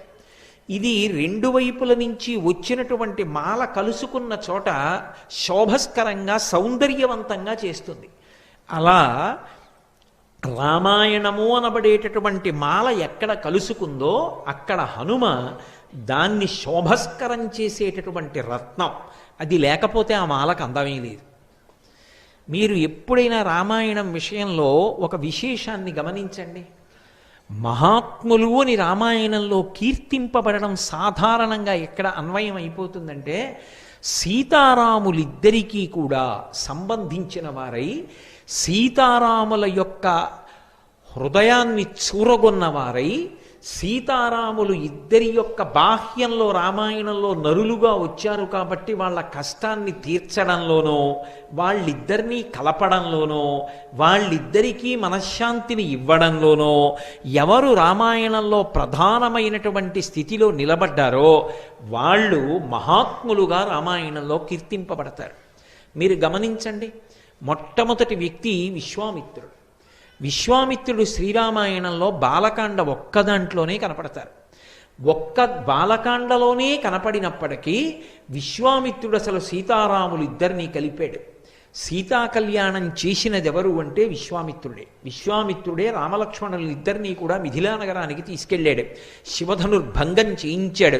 విశ్వామిత్రుడి కారణంగానే సీతమ్మ రాముడి పక్కకెళ్ళింది, రాముడు సీతమ్మ పక్కకు వచ్చాడు. సీతారామ కళ్యాణం జరగడానికి కారకుడైన వాడు బ్రహ్మర్షి విశ్వామిత్రుడు. ఆ విశ్వామిత్రుడు రామాయణంలో మహాత్ముడై శాశ్వతమైనటువంటి కీర్తి గణించుకున్నాడు. రెండవ వారు సీతారాములు ఎడబాటు పొందినప్పుడు మళ్ళీ సీతమ్మ తల్లి యొక్క క్షేమవార్త తెచ్చి రామచంద్రమూర్తికి చెప్పి రామచంద్రమూర్తి యొక్క క్షేమవార్త సీతమ్మ తల్లికి చెప్పి సీతారాముల యొక్క మనశ్శాంతికి కారకుడై మళ్ళీ సీతారాములు కలుసుకోవడానికి ప్రధానమైన వ్యక్తిగా శోభించినటువంటి వారు స్వామి హనుమ. అందుకే ఎప్పటికీ హనుమ మహాత్ముడుగా జగద్రక్షకుడుగా నిలబడిపోయారు. మూడవ వారు వాల్మీకి మహర్షి. వాల్మీకి మహర్షి శ్రీరామాయణ రచన అంతా చేయడం ఒకెత్తు. రామాయణంలో ఆయన కూడా ఒక వ్యక్తి, పాత్ర అనకూడదు. పాత్ర అంటే కాల్పనిక సాహిత్యం అయితే అది ఏదో కల్పించి రచించిన గ్రంథం అయితే అందులో కల్పించి కూర్చబడినటువంటి ఒక వ్యక్తిని పాత్ర అంటారు. అది ఊహ చేత నిర్మింపబడింది తప్ప నిజంగా ఉన్నాడని కాదు. కానీ శ్రీరామాయణంలో వాల్మీకి మహర్షి వ్యక్తి, పాత్ర కారు, ఊహాజనితం కాదు. యథార్థంగా వాల్మీకి మహర్షి రామాయణంలో ఒక వ్యక్తిగా ప్రవర్తించారు. ఆయన ధర్మానికి కట్టుబడినటువంటి రామచంద్రమూర్తి సీతమ్మని అరణ్యములకు పంపించవలసిన సందర్భం ఏర్పడితే సీతమ్మని తన ఆశ్రమంలో ఉంచుకొని ఆమెకి కలిగినటువంటి కుమారులకు నామకరణం చేసి వాళ్ళకి అస్త్రవిద్య నేర్పించి రామాయణాన్ని వీణ మీద పాడి గానం చెయ్యడం వాల్మీకి మహర్షియే లవకుశులకు ఉపదేశం చేశారు. మళ్ళీ చిట్ట చివర సీతమ్మ తల్లి యొక్క అవతార పరిసమాప్తికి పూర్వం సీతారాములిద్దరూ కలుసుకోవడానికి కారకులైనటువంటి వారు వాల్మీకి మహర్షి. అందుకే ఎక్కడెక్కడ రామాయణంలో సీతారాములిద్దరినీ కలపడంలో ప్రధానమైనటువంటి వారై ఉంటారో, సీతారాముల ఇద్దరి యొక్క మనశ్శాంతికి కారకమైన వారై ఉంటారో అటువంటి వారు మహాత్ములై కీర్తింపబడతారు. స్వామి హనుమ అంత అద్భుతమైనటువంటి స్థితిలో రామాయణంలో సీతారాముల్ని కలిపారు. ఒకానొకప్పుడు అసలు ఈ రామాయణం ఏమైపోతుంది, ఎలా పూర్తవుతుంది అన్న అనుమానం ఉన్న చోట ఆయన ఒక మహారత్నమై రెండవ వైపు రామాయణాన్ని తీసుకెళ్ళి కలిపారు, మహామాలగా మార్చారు. అందుకే రాముడు బయలుదేరాడు, అరణ్య అరణ్యవాసంలో వెతుక్కుంటూ వెడుతున్నాడు. అరణ్యకాండలో ఎక్కడా సీతమ్మ కనపడలేదు. కానీ సుగ్రీవుడికి రామచంద్రమూర్తికి సంధి కుదిరేటట్టుగా ప్రధానమైనటువంటి స్థితిలో ప్రవర్తించి వారిద్దరికీ సంధి చేసినటువంటి వారు స్వామి హనుమ. ఆ కారణం చేత తన ప్రభువైనటువంటి సుగ్రీవుడికి ఉపశాంతి కలిగి రాజ్యం కలిగింది. అలాగే రామచంద్రమూర్తికి సీతమ్మ యొక్క జాడ తెలుసుకునేటటువంటి అవకాశం కలిగింది.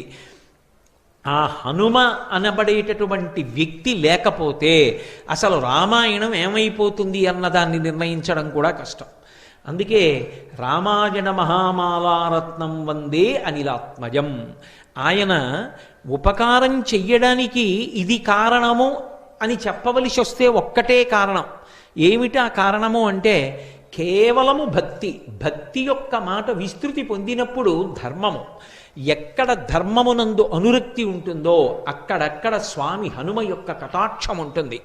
అందుకే భగవంతుడు చెప్పిన మాట వేదం, వేదంలో చెప్పబడినది ధర్మం. భక్తి అంటే ఏదో తులసిమాల తీసుకొచ్చి స్వామికి అలంకారం చేయడం భక్తి అనిపించుకోదు. ఆ అలంకారం చేయడానికి కూడా సమయం సందర్భం ఉంటాయి.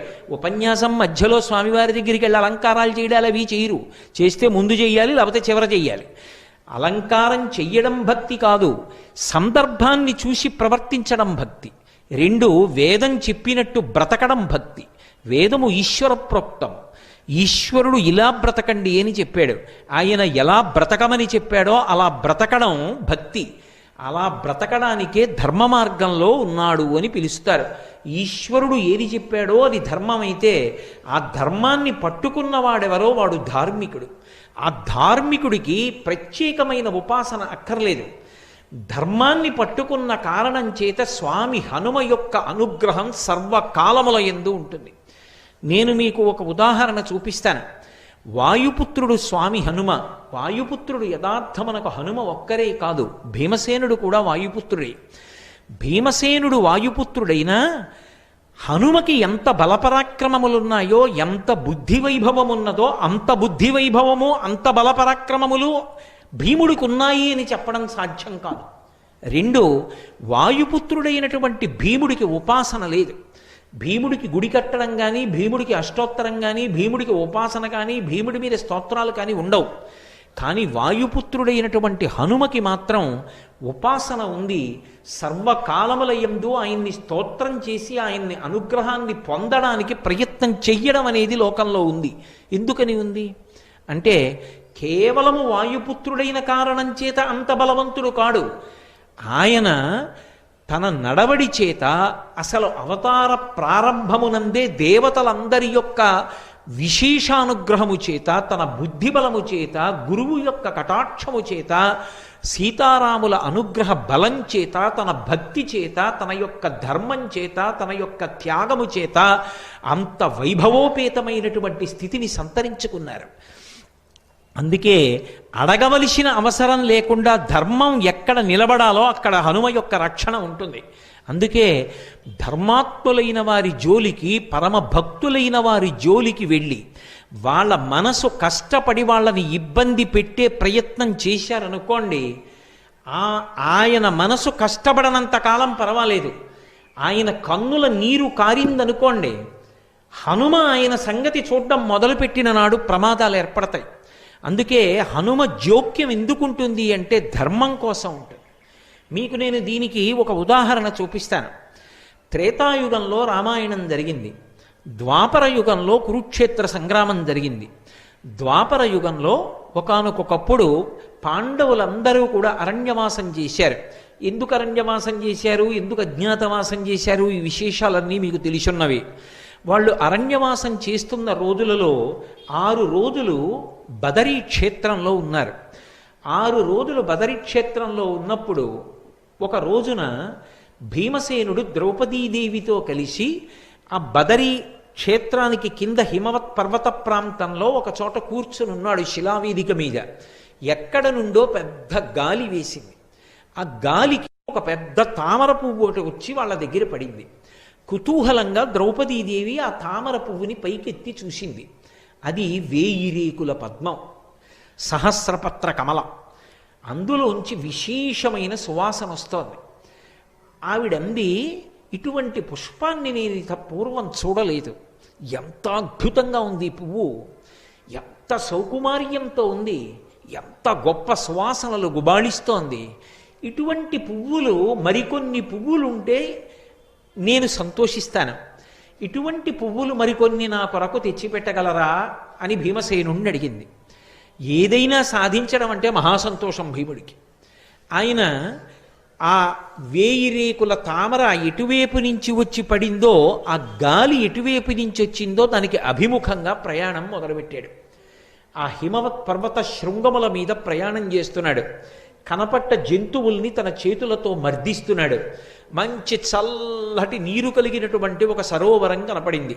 అందులో దిగాడు, స్నానం చేశాడు. కనపడ్డ తీయటి పళ్ళన్నీ తింటున్నాడు. నడిచి వెడుతున్నాడు. ఆ వెడుతున్నప్పుడు కిన్నెరకాంతలు మొదలైనటువంటి వాళ్ళు ప్రచ్ఛన్న రూపాలతో గుహల్లో దాక్కుని భీమసేనుని యొక్క పౌరుష పరాక్రమాల్ని, ఆయన యొక్క అద్భుతమైనటువంటి ఆ శరీరాన్ని చూసి ఆశ్చర్యపోతున్నారు. ఆ స్నానం చేసి బయలుదేరి వెడుతున్నటువంటి భీముడికి ఆ ప్రకృతి, ఆ వాతావరణం పులకింపచేసి లోపల కలిగినటువంటి సంతోషాన్ని పట్టలేక తన శంఖాన్ని తీసి పెద్దగా పూరించి సింహనాదం ఒకటి చేశాడు. చేసేటప్పటికీ అక్కడ ఉన్నటువంటి ప్రాణుల గుండెలు బద్దలైపోయాయి, నెత్తురు కక్కుకున్నాయి. భీమసేనుడి శంఖనాదం, ఆయన సింహనాదం అంటే అలా ఉంటాయి. అదే సమయంలో అక్కడ గంధమాదన పర్వతం ఉంది. ఇప్పటికీ మీరు బదరీ వెడుతుంటే చెప్తారు, ఇదే గంధమాదన పర్వతం అని చెప్తారు. ఇప్పటికీ స్వామి హనుమ ఆ గంధమాదన పర్వతం మీదే ఉంటారు అని చెప్తారు పెద్దలు. పరాశర సంహిత కూడా అదే విషయాన్ని ధృవీకరించింది. మహాభారతం కూడా ఆరణ్యపర్వం అదే విషయాన్ని ధృవీకరించింది. నేనైతే ఏమంటానంటే, ఎక్కడ రామనామం ఉంటుందో అక్కడ హనుమ ఉంటారు అని చెప్తాను. కాబట్టి ఆ గంధమాదన పర్వతం మీద విహరిస్తూ వెడుతున్నాడు. ఆ సౌగంధికా పుష్పం, ఆ 1000 రేకుల తామర పువ్వు ఎట్నుంచి వచ్చిందో ఆ చెట్టు వెతుకుతూ వెడుతున్నాడు. వెతుకుతుండగా అక్కడే పెద్ద కదళీవనం ఉంది. కదళీవనం అంటే అరటి తోట. అరటి తోటల్లో స్వామి హనుమ తిరుగుతూ ఉంటారు. ఆయనకి అది మిక్కిలి ప్రీతిపాత్రమైనటువంటి ప్రదేశం. ఆ అరటి తోటలో స్వామి హనుమని ఉపాసన చేసిన, అరటి తోటలో హనుమ యొక్క మూర్తిని పెట్టి హనుమాన్ చాలీసా చదివిన, హనుమ మీద ఇందాక నేను మీకు ఆ మైరావణుని యొక్క ఉపాఖ్యానం చెప్పానే, అందులో ఆ నీలమేఘుడు అనబడేటటువంటి దుర్దండి కుమారుడు స్తోత్రం చేశాడు హనుమని. ఆ స్తోత్రాన్ని పఠించిన, హనుమకి సంబంధించినటువంటి దండకాన్ని చదివిన, హనుమని అష్టోత్తరంతో కానీ సహస్రంతో కానీ పూజ చేసిన కొన్ని ప్రత్యేకమైనటువంటి పళ్ళు ఉన్నాయి.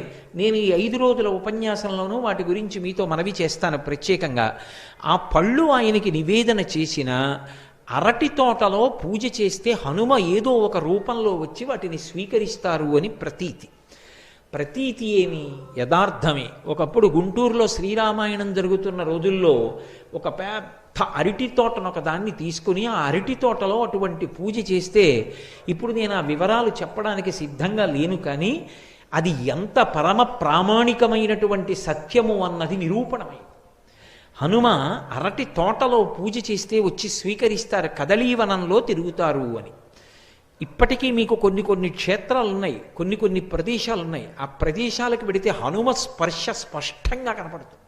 ఇప్పటికీ వెంకటాచలంలో ఒక ప్రత్యేకమైనటువంటి ప్రదేశం ఉంది. మెట్లు దిగి విడితే పెద్ద మామిడి చెట్లు, అరటి తోపులు కనపడతాయి. దాని మధ్యలో ఉంటుంది హనుమ యొక్క దేవాలయం. అటువంటి కదలీవనంలో ఒక పర్వత గుహలో పడుకుని ఉన్నారు. మళ్ళీ వెనక్కి భారతంలోకి రండి, ఆరణ్య పర్వంలోకి. భీమసేనుడు సౌగంధికా పుష్పాల కోసం వెడుతున్నాడు. పెద్ద సింహనాదం చేశాడు, శంఖనాదం చేశాడు. ప్రాణులన్నీ భీతిల్లేయి. అటువంటి సమయంలో అక్కడే పర్వత గుహలో పడుకునున్నారు హనుమ.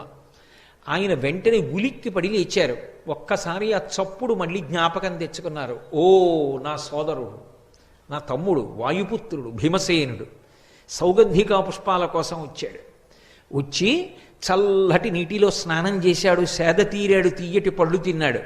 ఆ సంతోషం లోపల అణుచుకోలేక పెద్ద సింహనాదం చేసి శంఖం పూరించాడు. కాబట్టి ఇప్పుడు నేను ఆ భీమసేనుణ్ణి కలుస్తాను అని తిన్నగా వెళ్ళి భీమసేనుడు వెడుతున్నటువంటి దారికి అడ్డుగా ఒక వృద్ధవానర రూపంతో పడుకున్నారు. వెళ్ళిపోతున్నటువంటి భీమసేనుడు చూశారు, అడ్డుగా ఎవరైనా పడుకునుంటే దాటి వెళ్ళకూడదని ధర్మశాస్త్రం. అందుకని ఆయన అన్నారు, ఓ వృద్ధవానరమా, నేను భీమసేనుణ్ణి నడిచి వెడుతున్నాను, వాయుపుత్రుణ్ణి, ధర్మరాజు సోదరుణ్ణి, ఏం అడ్డంగా పడుకుంటావు, లేచి పక్కకు పో, నిన్ను దాటడం నాకు చేత కాదు అనుకుంటున్నావేమో, నిన్నేమిటి, నిన్ను ఈ శిఖరాన్ని కూడా లంఘిస్తాను, అంత శక్తివంతుణ్ణి, మర్యాద కోసం అడిగాను, పక్కకి తప్పుకోమన్నారు. అంటే హనుమ ఏమీ తెలియనటువంటి వారిలే అన్నారు, అబ్బా అబ్బా అబ్బా అబ్బా, చాలా గొప్పవాడవే, నన్ను లంఘిస్తావు, ఎదురుగుండా కనపడుతున్న గిరిని లంఘిస్తామే అన్నారు. మరి ఏమనుకుంటున్నావు, ఒకప్పుడు మా అన్నగారు హనుమ 100 యోజనముల సముద్రాన్ని లంఘించి వెళ్ళారు, అలా దాటగలను అన్నారు. అంటే ఆయన ఎప్పుడు రామనామం ఏ కారణంగానైనా వినపడుతుందా అని చూస్తుంటారు. ఏం చెప్పావు, మీ అన్నగారు హనుమ 100 యోజనముల సముద్రం దాటారా, ఎందుకు దాటాడయ్యా అలాగా అన్నారు. అంటే మళ్ళీ రామకథ అంతా చెప్పారు ఒకసారి. దశరథ మహారాజు గారి పెద్ద కొడుకు రామచంద్రమూర్తి, సీతమ్మ, అరణ్యవాసం, రావణాసురుడు, సీతాపహరణం, ఆ సుగ్రీవుడితో స్నేహం చెయ్యడం, దశ దిశలకి ఆ వానరులందరూ వెళ్ళడం, దక్షిణ దిక్కి హనుమ వెళ్ళడం, 100 యోజనముల సముద్రాన్ని దాటి శిశుపావనంలో సీతమ్మ తల్లి యొక్క జాడ కనిపెట్టి వెనక్కి రావడం, సేతుబంధనం, రావణ సంహారం, సీతారాముల యొక్క పట్టాభిషేకం లఘువుగా చెప్పారు. చాలా సంతోషించారు. ఎలాగో అలా రామకథ చెవిని పడింది కదూ, అది ఆయనకి పరమ సంతోషం. అన్నీ విని అన్నారు, అబ్బా, మీ అన్నగారు హనుమ అంత బాగా లంఘనం చేశారే, నువ్వు కూడా అలా లంఘనం చేయగలవు, కానీ ఇంత చిన్న పనికి అంత పెద్ద లంఘనం ఎందుకయ్యా, వృద్ధుణ్ణి, వానరుణ్ణి, శరీరమా జర్జరీభూతం అయిపోయింది, రోగములా పొటమరించాయి, నా అంత నేను లేవలేను, అంత ఉద్ధతి ఎందుకు, కాస్త తీసి పక్కన పడుకోబెట్టి వెళ్ళిపోతే అయిపోలా అన్నారు. వెంటనే వృద్ధవానరం, దీన్ని ఎత్తి పక్కన పెట్టడం ఎంత పెద్ద విశేషం అని మహాభారతంలో వర్ణిస్తారు.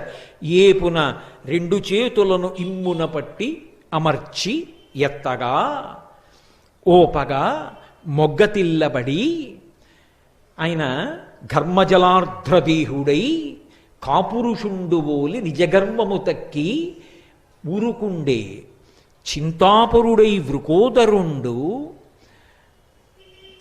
తద్దయు లజ్జ నధోముఖంబుతోన్ అంటాడు.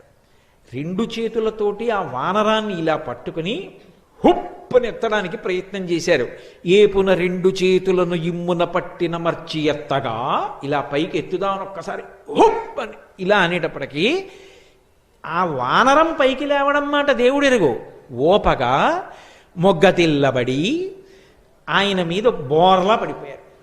పడిపోయి ఘర్మజలార్ధ్రదేహుడై ఒళ్ళంతా చెమటలు పట్టేసి తడిసిపోయింది, ఒళ్ళు తడిసిపోయి కాపురుషుండు ఓలే నిజగర్వము దక్కి ఎనంగియుండే చింతాపరుడై వృకోదరుండు తద్దయులజ్జ నధోముఖంబుతోన్.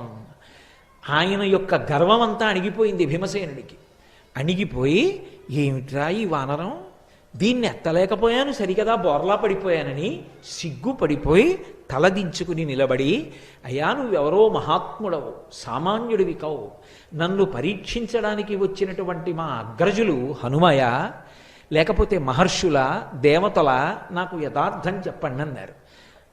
అప్పుడు స్వామి హనుమ, నేను నీ అగ్రజుణ్ణయా, నేను హనుమని, నీ యొక్క శక్తిని పరిశీలనం చేద్దామని ఈ మాట అన్నాను అంటే ఎంతో సంతోషించి 2 చేతులు కైమోడ్చి నమస్కరించి, అయ్యా మీకు అన్ని విషయాలు తెలుసు, 4 యుగముల యొక్క లక్షణాలు ఎలా ఉంటాయో, 4 యుగాలలో ధర్మ సంస్థాపన ఎలా జరిగిందో ఆయా యుగ లక్షణములను చెప్పమని అడిగారు. అడిగితే సంగ్రహంగా 4 యుగాలు, 4 యుగాలలో శ్రీ మహావిష్ణువు స్వీకరించేటటువంటి అవతారాలు, వాటి యొక్క వర్ణములు, ఆ ధర్మ సంస్థాపన క్రమాన్ని మహానుభావుడైనటువంటి హనుమ ఉపదేశం చేశారు. చేసిన తరువాత భీమసేనుడు ఒక కోరిక కోరారు. అన్నగారు నాకొక్క కోరిక, ఆనాడు మీరు పరమ భయంకరమైనటువంటి రూపాన్ని చూపించారు రామరావణ సంగ్రామంలో, ఏది, ఇంకొక్కసారి మీరు అటువంటి రూపాన్ని నాకు చూపించండి, దర్శనం చేస్తానన్నారు. ఎప్పుడో జరిగిన రూపం ఇప్పుడు ఎందుకు లేవయా, ఊరుకో అన్నారు. కాదు కాదు చూడవలసిందే. సరే చూపిస్తాను చూడమని మేరుమందర శంఖాచౌభౌ దీప్తానలప్రభ, మేరు పర్వతం ఎలా ఉంటుందో అలా పెరిగిపోవడం మొదలుపెట్టారు. పెరిగిపోతే ఆయన రూపం 10 దిశలు నిండిపోయింది. నిండిపోతే ఇంతటి ధైర్యశాలి అయినటువంటి భీముడు గజ గజ వణికిపోయాడు ఆ రూపాన్ని చూసి. వణికిపోయి ఇక చూడలేక రెండు చేతులతో కళ్ళు మూసేసుకుని, అలా కళ్ళు మూసుకుని రెండు చేతులు ఎత్తి నమస్కారం చేసి, నేను చూడలేకపోతున్నాను ఈ రూపాన్ని, నాకు భయం వేస్తోంది, ఉపసంహారం చేసేయండి అన్నాడు. అంటే ఉపసంహారం చేశారు. ఉపసంహారం చేసి మళ్ళీ వృద్ధవానరం ఎలా ఉంటుందో అలా కనపడ్డాడు. కనపడి, ఇది నువ్వు చూపించమన్నావని చూపించినటువంటి రూపం, శత్రువీరులు ఎదురు నిలబడినప్పుడు దీనికి రెండింతలు పెరుగుతుంది నా శరీరం. అటువంటి రూపాన్ని చూడడమే సాధ్యం కాదు. అటువంటి రూపంతో నే తొడ కొట్టినా, నా తోక విదల్చినా, నా నోరు తెరిచినా, నా రెండు చేతులు పరిగలలా చాచినా, నా పాదములతో తొక్కినా నన్ను ఎదుర్కొని నిలబడగలిగిన వాడు ఈ లోకంలో ఉండడు. ఎందుకయ్యా ఇన్ని ఇడుములు పడతారు? ఒక్క క్షణంలో హస్తినాపురానికి వెళ్ళి మీ శత్రువులైన ధార్తరాష్ట్రుల్ని పీనుగు పెంటలు చేస్తాను, మీకు పట్టాభిషేకం చేస్తానన్నారు. మేము పౌరుష పరాక్రమాలు ఉన్నవాళ్ళమే, మీ అండదండలుండగా మాకేమి లోటు స్వామి హనుమా, మీరు మాకు అన్నగారు కాబట్టి మీ ఆశీర్వచనం చాలు, మేము మా పరాక్రమంతో శత్రువుల్ని సంహరించి రాజ్యాన్ని చేపడతాం, మీ ఆశీర్వచనం మాకుంచండి అన్నారు. చాలా సంతోషించారు. మీ పౌరుష పరాక్రమాలు ఏమిటో చూడాలని నాకు కోరికగా ఉంది మీరు శత్రువుల్ని సంహరిస్తున్నటువంటి వేళలో. కాబట్టి కురుక్షేత్ర సంగ్రామం ప్రారంభం అవుతున్నప్పుడు ఒక్కసారి నన్ను స్మరించండి, నేను మీలో ప్రధాన వీరుడైనటువంటి అర్జునుడి యొక్క రథ పతాకం మీదకి వచ్చి కూర్చుంటాను, కూర్చుని మీరు చేసేటటువంటి యుద్ధాన్నంతటినీ పరిశీలిస్తానన్నారు. హనుమ మంగళప్రదుడు. హనుమ ఎక్కడ ఉంటారో అక్కడ మంగళం జరుగుతుంది, హనుమ ఎక్కడ ఉంటారో అక్కడ శుభం జరుగుతుంది, హనుమ ఎక్కడ ఉంటారో అక్కడ ఈశ్వరుడి యొక్క కృప ఉంటుంది. మహానుభావుడు వచ్చి అర్జునుడి యొక్క రథ పతాకం మీద కూర్చున్నారు కాబట్టే పాండవులు గెలవడానికి అవకాశం ఏర్పడడానికి ఉన్నటువంటి కారణాల్లో ఒక బలమైన కారణమైంది. అంతటి మహానుభావుడు. భీమసేనుడు అడిగాడా, అయ్యా మీరు వచ్చి మా తమ్ముడు అర్జునుడి యొక్క రథపతాకం మీద వేయించేసి ఉండండి అని? అడగలేదు. అడిగాడా, మీరు మా శత్రువుల్ని పరిమార్చండి అని? అడగలేదు. అడగకుండా నేను వచ్చి అర్జునుడి యొక్క రథపతాకం మీద కూర్చుంటాను అన్నారు. ఎక్కడ ధర్మం ఉంటుందో, ఎక్కడ ధర్మానురక్తి ఉంటుందో, ఎక్కడ ఈశ్వర భక్తి ఉంటుందో అక్కడక్కడ పిలవవలసినటువంటి అవసరం లేకుండా స్వామి హనుమ బయలుదేరి వస్తూ ఉంటారు. అసలు హనుమ లేకపోతే ఉపద్రవము గడవదు. నేను అందుకే మీతో మొట్టమొదట్లోనే మనవి చేయడానికి కారణం అదే. ప్రతిరోజు ఒక్కసారి సంధ్యాకాలంలో ఆకాశాన్ని దర్శనం చేసి నమస్కరించినటువంటి వాడికి ఉపద్రవములు తొలగి ఎలా మంగళాన్ని పొందుతాడో, అలాగే ప్రతిరోజు ఒక్కసారి స్వామి హనుమ వంక చూసి నమస్కారం చేసినటువంటి వాడు ఉపద్రవముల నుండి గట్టెక్కుతాడు. అది ఎంత మహోపద్రవం అవనివ్వండి, గట్టెక్కడానికి స్వామి హనుమ కారణమవుతారు. ఆయన గట్టెక్కిస్తారు. ఆయన యొక్క శక్తి అటువంటిది. మీకు నేను రామాయణంలోంచే ఈ మాట అన్నందుకు ఒక సందర్భాన్ని నిరూపణం చేస్తాను. రామాయణంలో రామరావణ యుద్ధం అయిపోయింది, రావణాసురుడు మరణించాడు, సీతారాములకు పట్టాభిషేకం అయిపోయింది, రామచంద్రమూర్తి సంతోషంగా పరిపాలన చేస్తున్నారు. అగస్త్యాది మహర్షులు ఒకసారి అయోధ్యానగరానికి విజయం చేసి రామదర్శనాన్ని అపేక్షించారు. రాముడు వారిని లోపలికి ప్రవేశపెట్టి అర్ఘ్యపాద్యాదులిచ్చి పూజించి ఉచితాసనముల మీద కూర్చోపెట్టి ఒక ప్రశ్న వేశాడు. రావణాసురుడు అంతటి అరివీర భయంకరుడు ఎలా కాగలిగాడు అని అడిగాడు. అడిగితే అగస్త్య మహర్షి ఒక మాట చెప్పారు. రామ, నిజానికి రావణాసురుడు కాదు అంత శక్తివంతుడు, రావణాసురుడి కన్నా శక్తివంతుడు, రావణాసురుడి కన్నా కొన్ని కోట్ల రెట్ల ప్రమాదకారి పరమ భయంకరుడు ఇంద్రజిత్. ఆ ఇంద్రజిత్తు మరణించడం రామాయణంలో పెద్ద మలుపు. వాడు దైవవశం చేత, అదృష్టవశం చేత, మీ పరాక్రమం చేత మడిసిపోయాడు రామా అన్నారు. ఏమిటా ఇంద్రజిత్ విశేషం నాకు చెప్పవలసింది అని అడిగారు రామచంద్రమూర్తి. అప్పుడు చెప్పారు అగస్త్య మహర్షి. చాలా చిన్న వయస్సులో కృష్ణాజినం కట్టుకుని యజ్ఞోపవీతం వేసుకుని శిఖతో ఉండగా, అంత చిన్న వయస్సులో 7 యజ్ఞాలు చేశాడు. అవి ఒకటి కాదు, అశ్వమేధము, వాజపేయము, పౌండరీకము, ఇటువంటివి 7 పూర్తి చేశాడు. 7వది మహేశ్వర ప్రీతి కొరకు చేశాడు. 7 యజ్ఞములు అనితర సాధ్యమైన రీతిలో పూర్తి చేసి అంత బంగారం దానం చేశాడు. చేస్తే పరమేశ్వరుడు ప్రత్యక్షం అయ్యాడు. నీకేం కావాలని అడిగాడు. నాకు తామసీ విద్య కావాలన్నాడు. తామసీ అంటే ఆ వ్యక్తి యుద్ధానికి బయలుదేరితే చీకట్లు సృష్టిస్తాడు. కటిక చీకటి అయిపోతుంది. ఆ కటిక చీకట్లో ఆ వ్యక్తి ఎక్కడున్నాడో ఎవరికీ తెలియదు. ఆయన యొక్క నిలబడిన ప్రదేశం ఎవరికీ గుర్తించడానికి యోగ్యంగా ఉండదు, ఎవరికీ తెలియడు. ఆ చీకట్లో ఉంటాడు. రథం కూడా దివ్యరథం ఉంటుంది. అది ఈశ్వర ప్రసాదంగా వచ్చిన దివ్యరథం. దాని గుర్రాలు అంతే, అక్షయబాణ తునీరాలు అంతే. అందులో ఉండి చీకట్లోంచి మేఘముల చాటు నుంచి బాణాలు విడిచిపెడతాడు. ఎంతమందినైనా పడగొడతాడు. అసలు బాణం ఎక్కువ పెట్టడానికి ఎక్కడున్నాడో తెలియదు ఎవరికి. అటువంటి గుర్రాన్ని, అటువంటి గుర్రాల్ని, అటువంటి రథాన్ని, అటువంటి అక్షయబాణ తూణీరాల్ని, తామసీ విద్యని పొందాడు. పొంది రావణాసురుడి యొక్క ఆశీర్వచనాన్ని పొందాడు.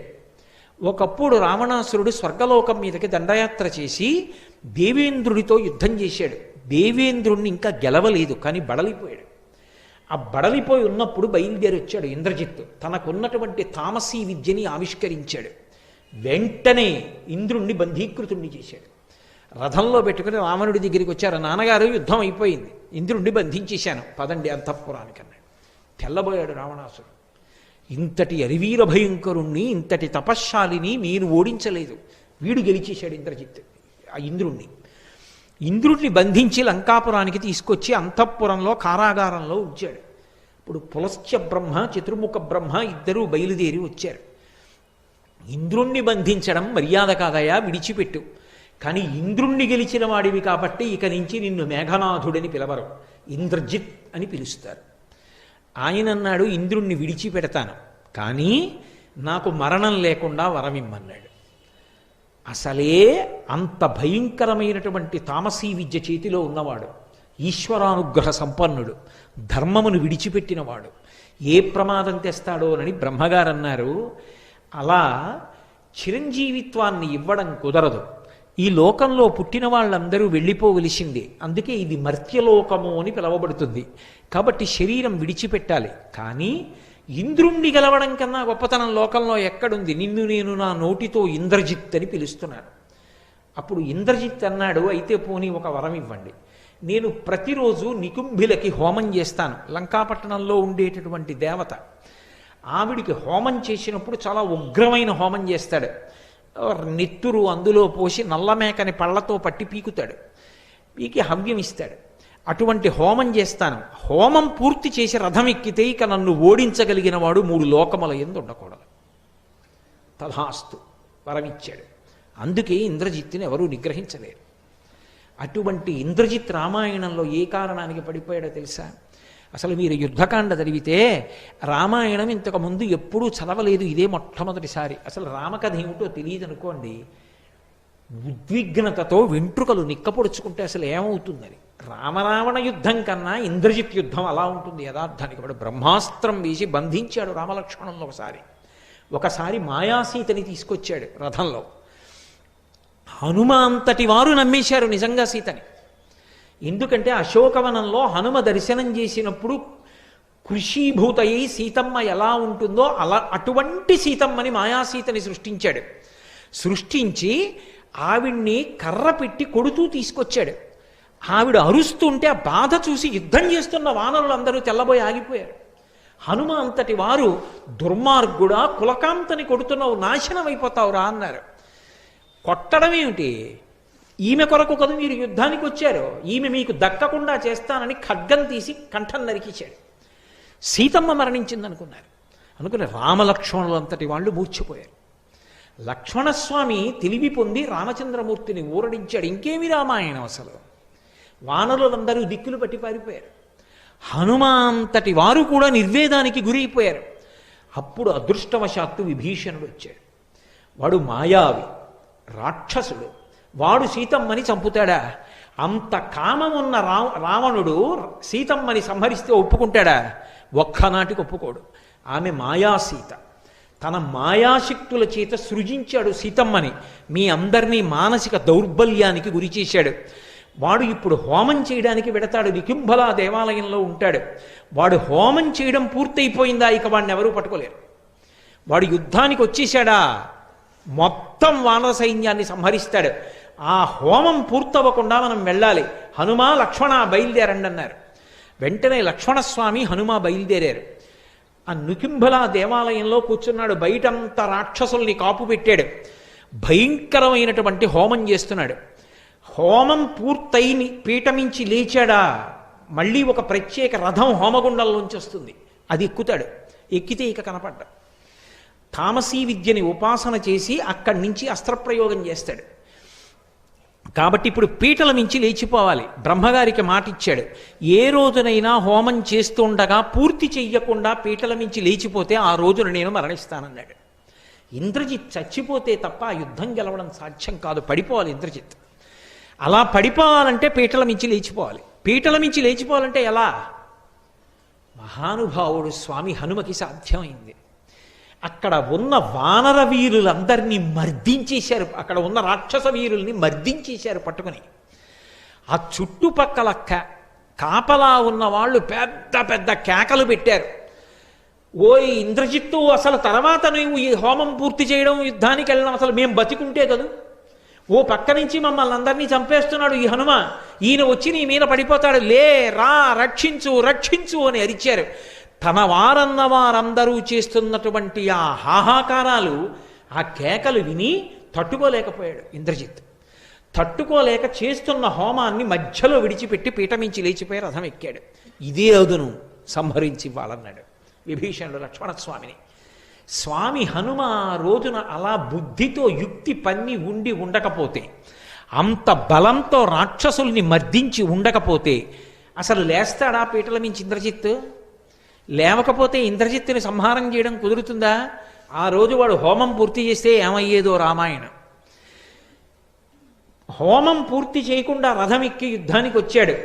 యుద్ధానికి వస్తే ఇద్దరి మధ్య భయంకరమైన యుద్ధం జరుగుతోంది. లక్ష్మణస్వామి నేల మీద ఉన్నారు, వాడు రథం మీద ఉన్నాడు. అది దివ్యరథం.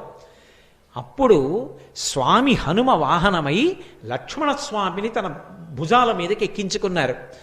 ఎక్కించుకున్న నాడు ఆ హనుమని బాణములు పెట్టి కొడితే పూచిన మోదుగు చెట్టులా అయ్యారు. అయినా సరే రామకార్యం కోసం, రాముడి కోసం, ధర్మం కోసం, తనని నమ్ముకున్న వానరుల కోసం, తన ప్రభు అయిన సుగ్రీవుడి కోసం లక్ష్మణస్వామిని వహించారు. భయంకరమైనటువంటి యుద్ధం ఇద్దరికీ మధ్య జరిగింది. అంత భయంకరమైనటువంటి యుద్ధం జరిగితే ఆ యుద్ధంలో చిట్ట చివరికి రౌద్రాస్త్రాన్ని ప్రయోగించాడు. రథాన్ని పడగొట్టాడు, సారథిని పడగొట్టాడు. చిట్ట చివరికి ఇంద్రజిత్తు ఇవన్నీ పోయినా సరే చేతిలో ఖడ్గాన్ని పట్టుకొని వేరొక ధనస్సు తీసుకుని లక్ష్మణస్వామి మీదకి యుద్ధానికి వచ్చాడు. ఐంద్రాస్త్రాన్ని ప్రయోగించి రామాయణానికి మూలమంత్రం అంటారు. ధర్మాత్మ సత్యసంధశ్చ రామో దాశరథిర్యది పౌరుషీచా ప్రతిద్వంద్వశరైనం జహిరావణిం. ఈ మాటలు చెప్పి రావణుని యొక్క కుమారుడైన ఈ ఇంద్రజిత్తు మరణించుగాక అని బాణప్రయోగం చేస్తే అప్పుడు ఇంద్రజిత్తు యొక్క శిరస్సు ఛేదింపబడింది.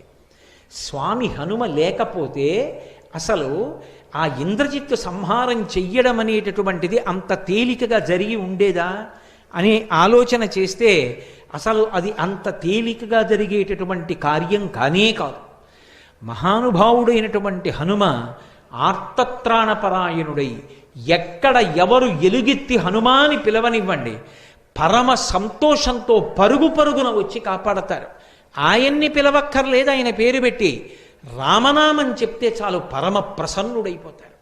అందున ఆశ్చర్యం ఏమిటంటే సంవత్సరం మొత్తం మీద తప్పకుండా రామనామం కంఠ ఉన్నందుకు గళమెత్తి చెప్పవలసిన రోజు ఏదైనా ఉంటే ఇవ్వాలే.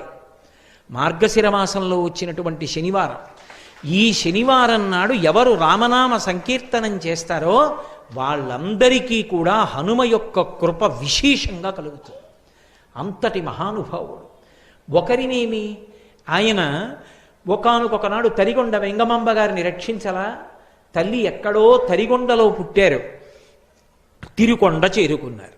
తిరుకొండ తిరుమల, తరిగొండ వెంకటాచల క్షేత్రానికి దగ్గరలోనే ఉంటుంది. నరసింహస్వామి బిడ్డలు లేకపోతే కానాల కృష్ణయ్య మంగమ్మ అనేటటువంటి దంపతులు వెంకటాచలంలో వెంకటేశ్వర స్వామి వారిని ఉపాసన చేస్తే ఆయన అనుగ్రహంగా పుట్టింది. అందుకని వెంకమ్మ అని పేరు పెట్టుకున్నారు. చిన్నప్పటి నుంచి ఎప్పుడూ పూజలు భజనలు సంకీర్తనలు చేసేదావిడ. ఈ పిల్ల ఆడపిల్ల ఇక్కడ ఇలా భక్తిలో మునిగిపోతే రేపు పొద్దున్న అత్తవారింట్లో ఎలా పేరు తెచ్చుకుంటుంది? పెళ్లి చేయండి మార్పు వస్తుందన్నారు. వెంటనే వెంకటాచలపతి అనబడేటటువంటి ఒక వ్యక్తిని చూసి వివాహం చేశారు. ఇంకా కాపరానికి వెళ్ళనే లేదు. ఆ భర్త గారు శరీరం విడిచిపెట్టాడు. నేను విధవని కాను, నేను ఎప్పుడో వెంకటేశ్వరుడు ఇల్లాలని, నాకు పెళ్లి చెయ్యొద్దని చెప్పేది ఆవిడ. అందుకని ఆవిడ సౌభాగ్య సూచనలను విడిచిపెట్టలేదు. విడిచిపెట్టకపోతే ఆ తరిగొండలో నేను ఆ తరిగొండ వెళ్ళి ప్రత్యేకంగా ఆ నరసింహస్వామి దేవాలయం, వేంగమాంబ గారు తిరిగిన ప్రాంతాలు దర్శనం చేసి పరవశత్వాన్ని పొంది వచ్చాను ఒకప్పుడు. ఆ నృసింహస్వామి దేవాలయం ఇప్పటికీ మీరు వెళ్ళినా చూడొచ్చు తరిగొండలో. ఆ తల్లి మంగళప్రదమైనటువంటి చిహ్నములతో సౌభాగ్యవంతురాలైన స్త్రీ ఎలా ఉంటుందో అలా పసుపు, గాజులు, పువ్వులు, కుంకం వీటితో ఉంటోందని ఒకప్పుడు ఆ ఊరు పీఠాధిపతులు వస్తే వారికి ఫిర్యాదు చేశారు. ఊళ్ళో ఉన్నవారు ఆయన పిలిపించారు వెంగమాంబ గారిని.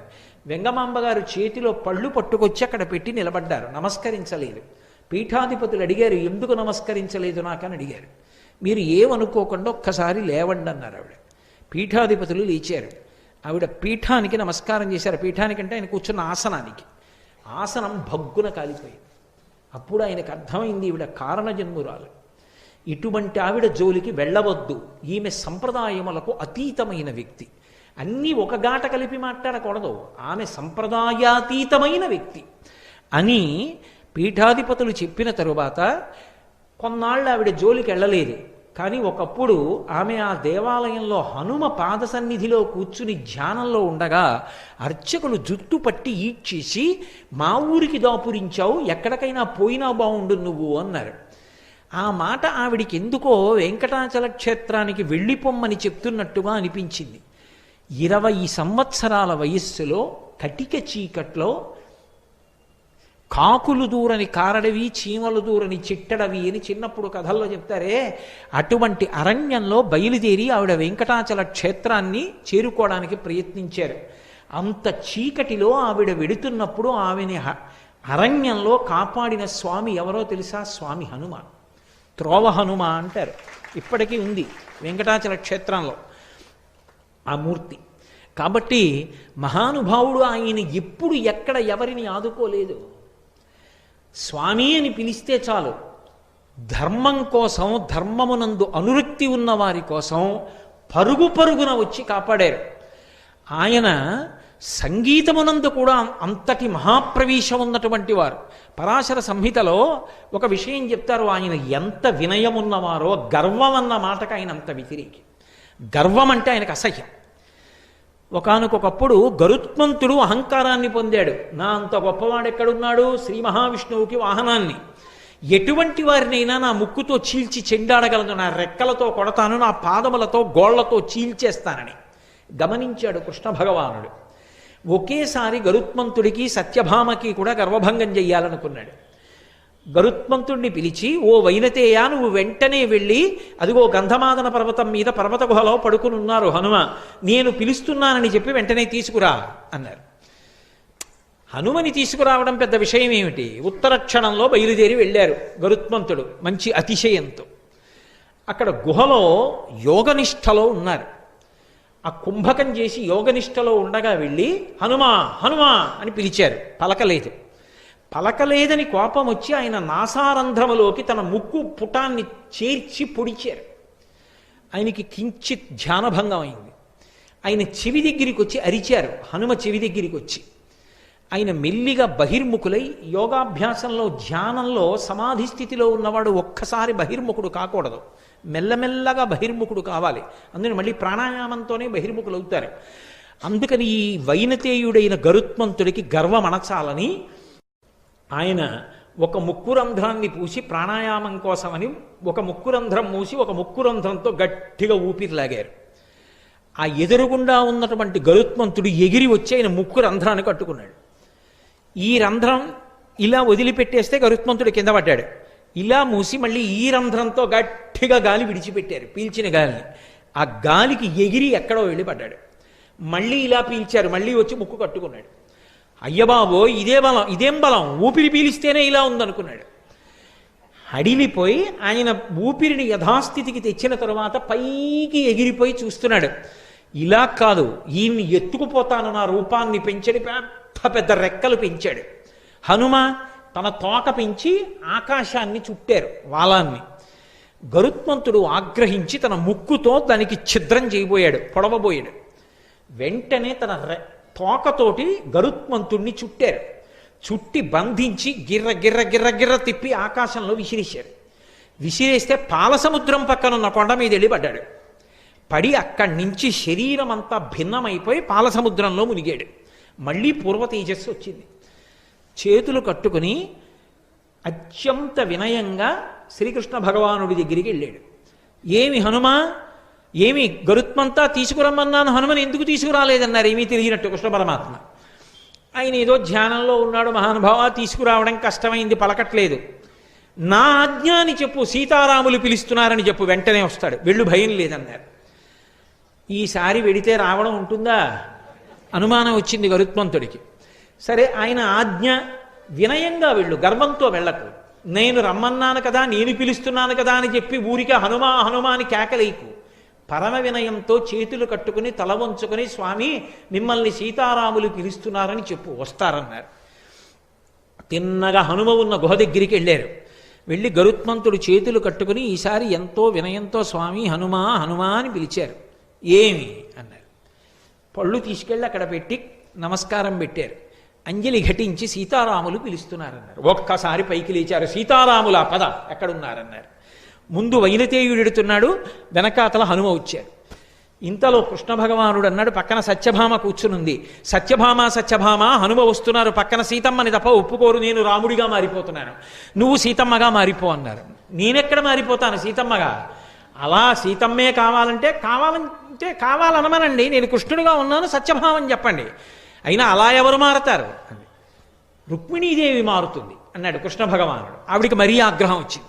అబ్బా, రుక్మిణీదేవి సీతమ్మ అయిపోగలదే, అయితే రుక్మిణీదేవిని పిలిచి కూర్చోబెట్టుకోండి, మారుతుందేమో చూద్దాం. రుక్మిణీదేవి మారలేదని ఆవిడ ఆశ. ఆయన వెంటనే వచ్చేస్తున్నారు, స్వామి హనుమ రా రా, రుక్మిణి రా అని పక్కన కూర్చోబెట్టుకున్నారు. అనగా ఆదిలక్ష్మి అయిన రుక్మిణి తోడ క్రీడ సల్పుచున్న కృష్ణ చూచి కదూ, ఆవిడే ఆదిలక్ష్మి, ఆవిడే ఒకప్పుడు సీతమ్మగా వచ్చింది. శ్రీరమ సీతగాక నిజ సేవక బృందము వీర వైష్ణవాచార జనంబుగాక విరజానది గౌతమిగాక వికుంఠమున్నారయ భద్రశైల శిఖరగ్రముగాక వసించు చేతనోద్ధారకుడైన విష్ణుడవు దశరథి కరుణాపయోనిధి అంటారు గోపరాజు గారు.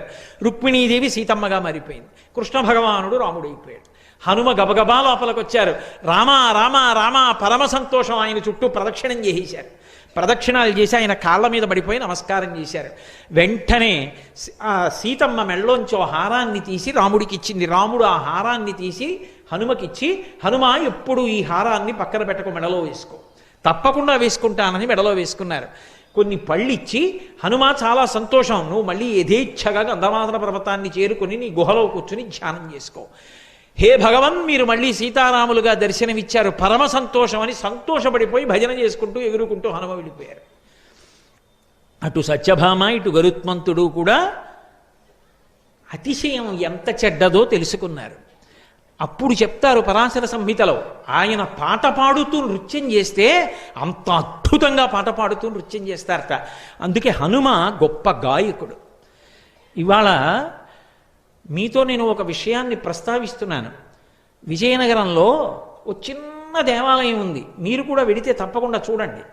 అందులో హనుమ ఉంటారు, మీరు ఎక్కడ చూడనటువంటి మూర్తిని. తాళం వాయిస్తూ సంగీతం పాడుతూ పరమ సంతోషంతో నృత్యం చేస్తూ ఉంటారు ఆయన. ఒకప్పుడు భారతదేశానికి ఎనలేని ఖ్యాతి తీసుకొచ్చి తన నేపథ్యగానంతో కొన్ని వేల పాటలు పాడి అజరామరమైన కీర్తి సంపాదించి భగవద్గీతని కృష్ణ భగవానుడే చెప్తున్నాడా అన్నట్టుగా భగవద్గీత పాడి ఇప్పటికీ కీర్తి శరీరుడై వెంకటాచలంలో ఎవరి యొక్క పాట వినపడుతూనే ఉంటుందో అటువంటి ఘంటసాల వెంకటేశ్వరరావు గారు మహానుభావుడు 4 ఇళ్ల దగ్గరికి వెళ్ళి వాళ్ళు పెట్టినటువంటి అన్నం తిని వచ్చి పడుకోవడానికి చోటు లేక ఆ దేవాలయంలో పడుకునేవారు. ఇప్పటికీ పెద్దలు అంటారు, అక్కడ పడుకునుండగా ప్రతిరోజు రాత్రివేళ సంకీర్తన చేస్తారట హనుమ రామచంద్రమూర్తి మీద. మీరు ఇప్పటికీ వెడితే చూడొచ్చు, అది నేను ప్రత్యేకంగా దాని ఫోటో తెచ్చుకున్నాను కూడా. అసలు నేను ఇప్పటి వరకు ఎక్కడ చూడాల, ఒక్క విజయనగరంలోనే ఉంది ఆ మూర్తి. అక్కడే ఘంటసాల గారి పెద్ద విగ్రహం పెట్టారు. ఎక్కడ తను పడుకోవడానికి చోటు లేక ఇల్లు లేక గుడిలోకి వచ్చి పడుకున్నారో అక్కడే తరువాత ప్రపంచ ప్రఖ్యాతిని ఆర్జించినటువంటి ఘంటసాల వెంకటేశ్వరరావు గారు కచేరీ చేశారు అక్కడే కూర్చొని. అది విచిత్రం. మహానుభావుల జీవితాలు అలా ఉంటాయి. వాళ్ళు ఏం దాచుకోరు, అతిశయాలకి పోరు. ఏ రాత్రి వేళ బహుశः సంకీర్తన చేస్తున్నటువంటి హనుమ ఆ ఘంటసాల గారికి దర్శనమిచ్చారో, ఏ హనుమత్ కటాక్షాన్ని పొందారో, మహానుభావుడి కంఠం అమృతధార అయింది. ఇప్పటికీ ఇన్నేళ్ళైపోయింది, ఘంటసాల గారు తెలియని వ్యక్తి ఉంటాడా? మహానుభావుడు అంతటి స్థాయిని పొందారు అంటే హనుమ యొక్క అనుగ్రహ విశేషం. అటువంటి మహానుభావుడు హనుమ. భక్తి ధర్మము ఎక్కడ ఉంటాయో అక్కడ ఆయన అనుగ్రహం ఉంటుంది.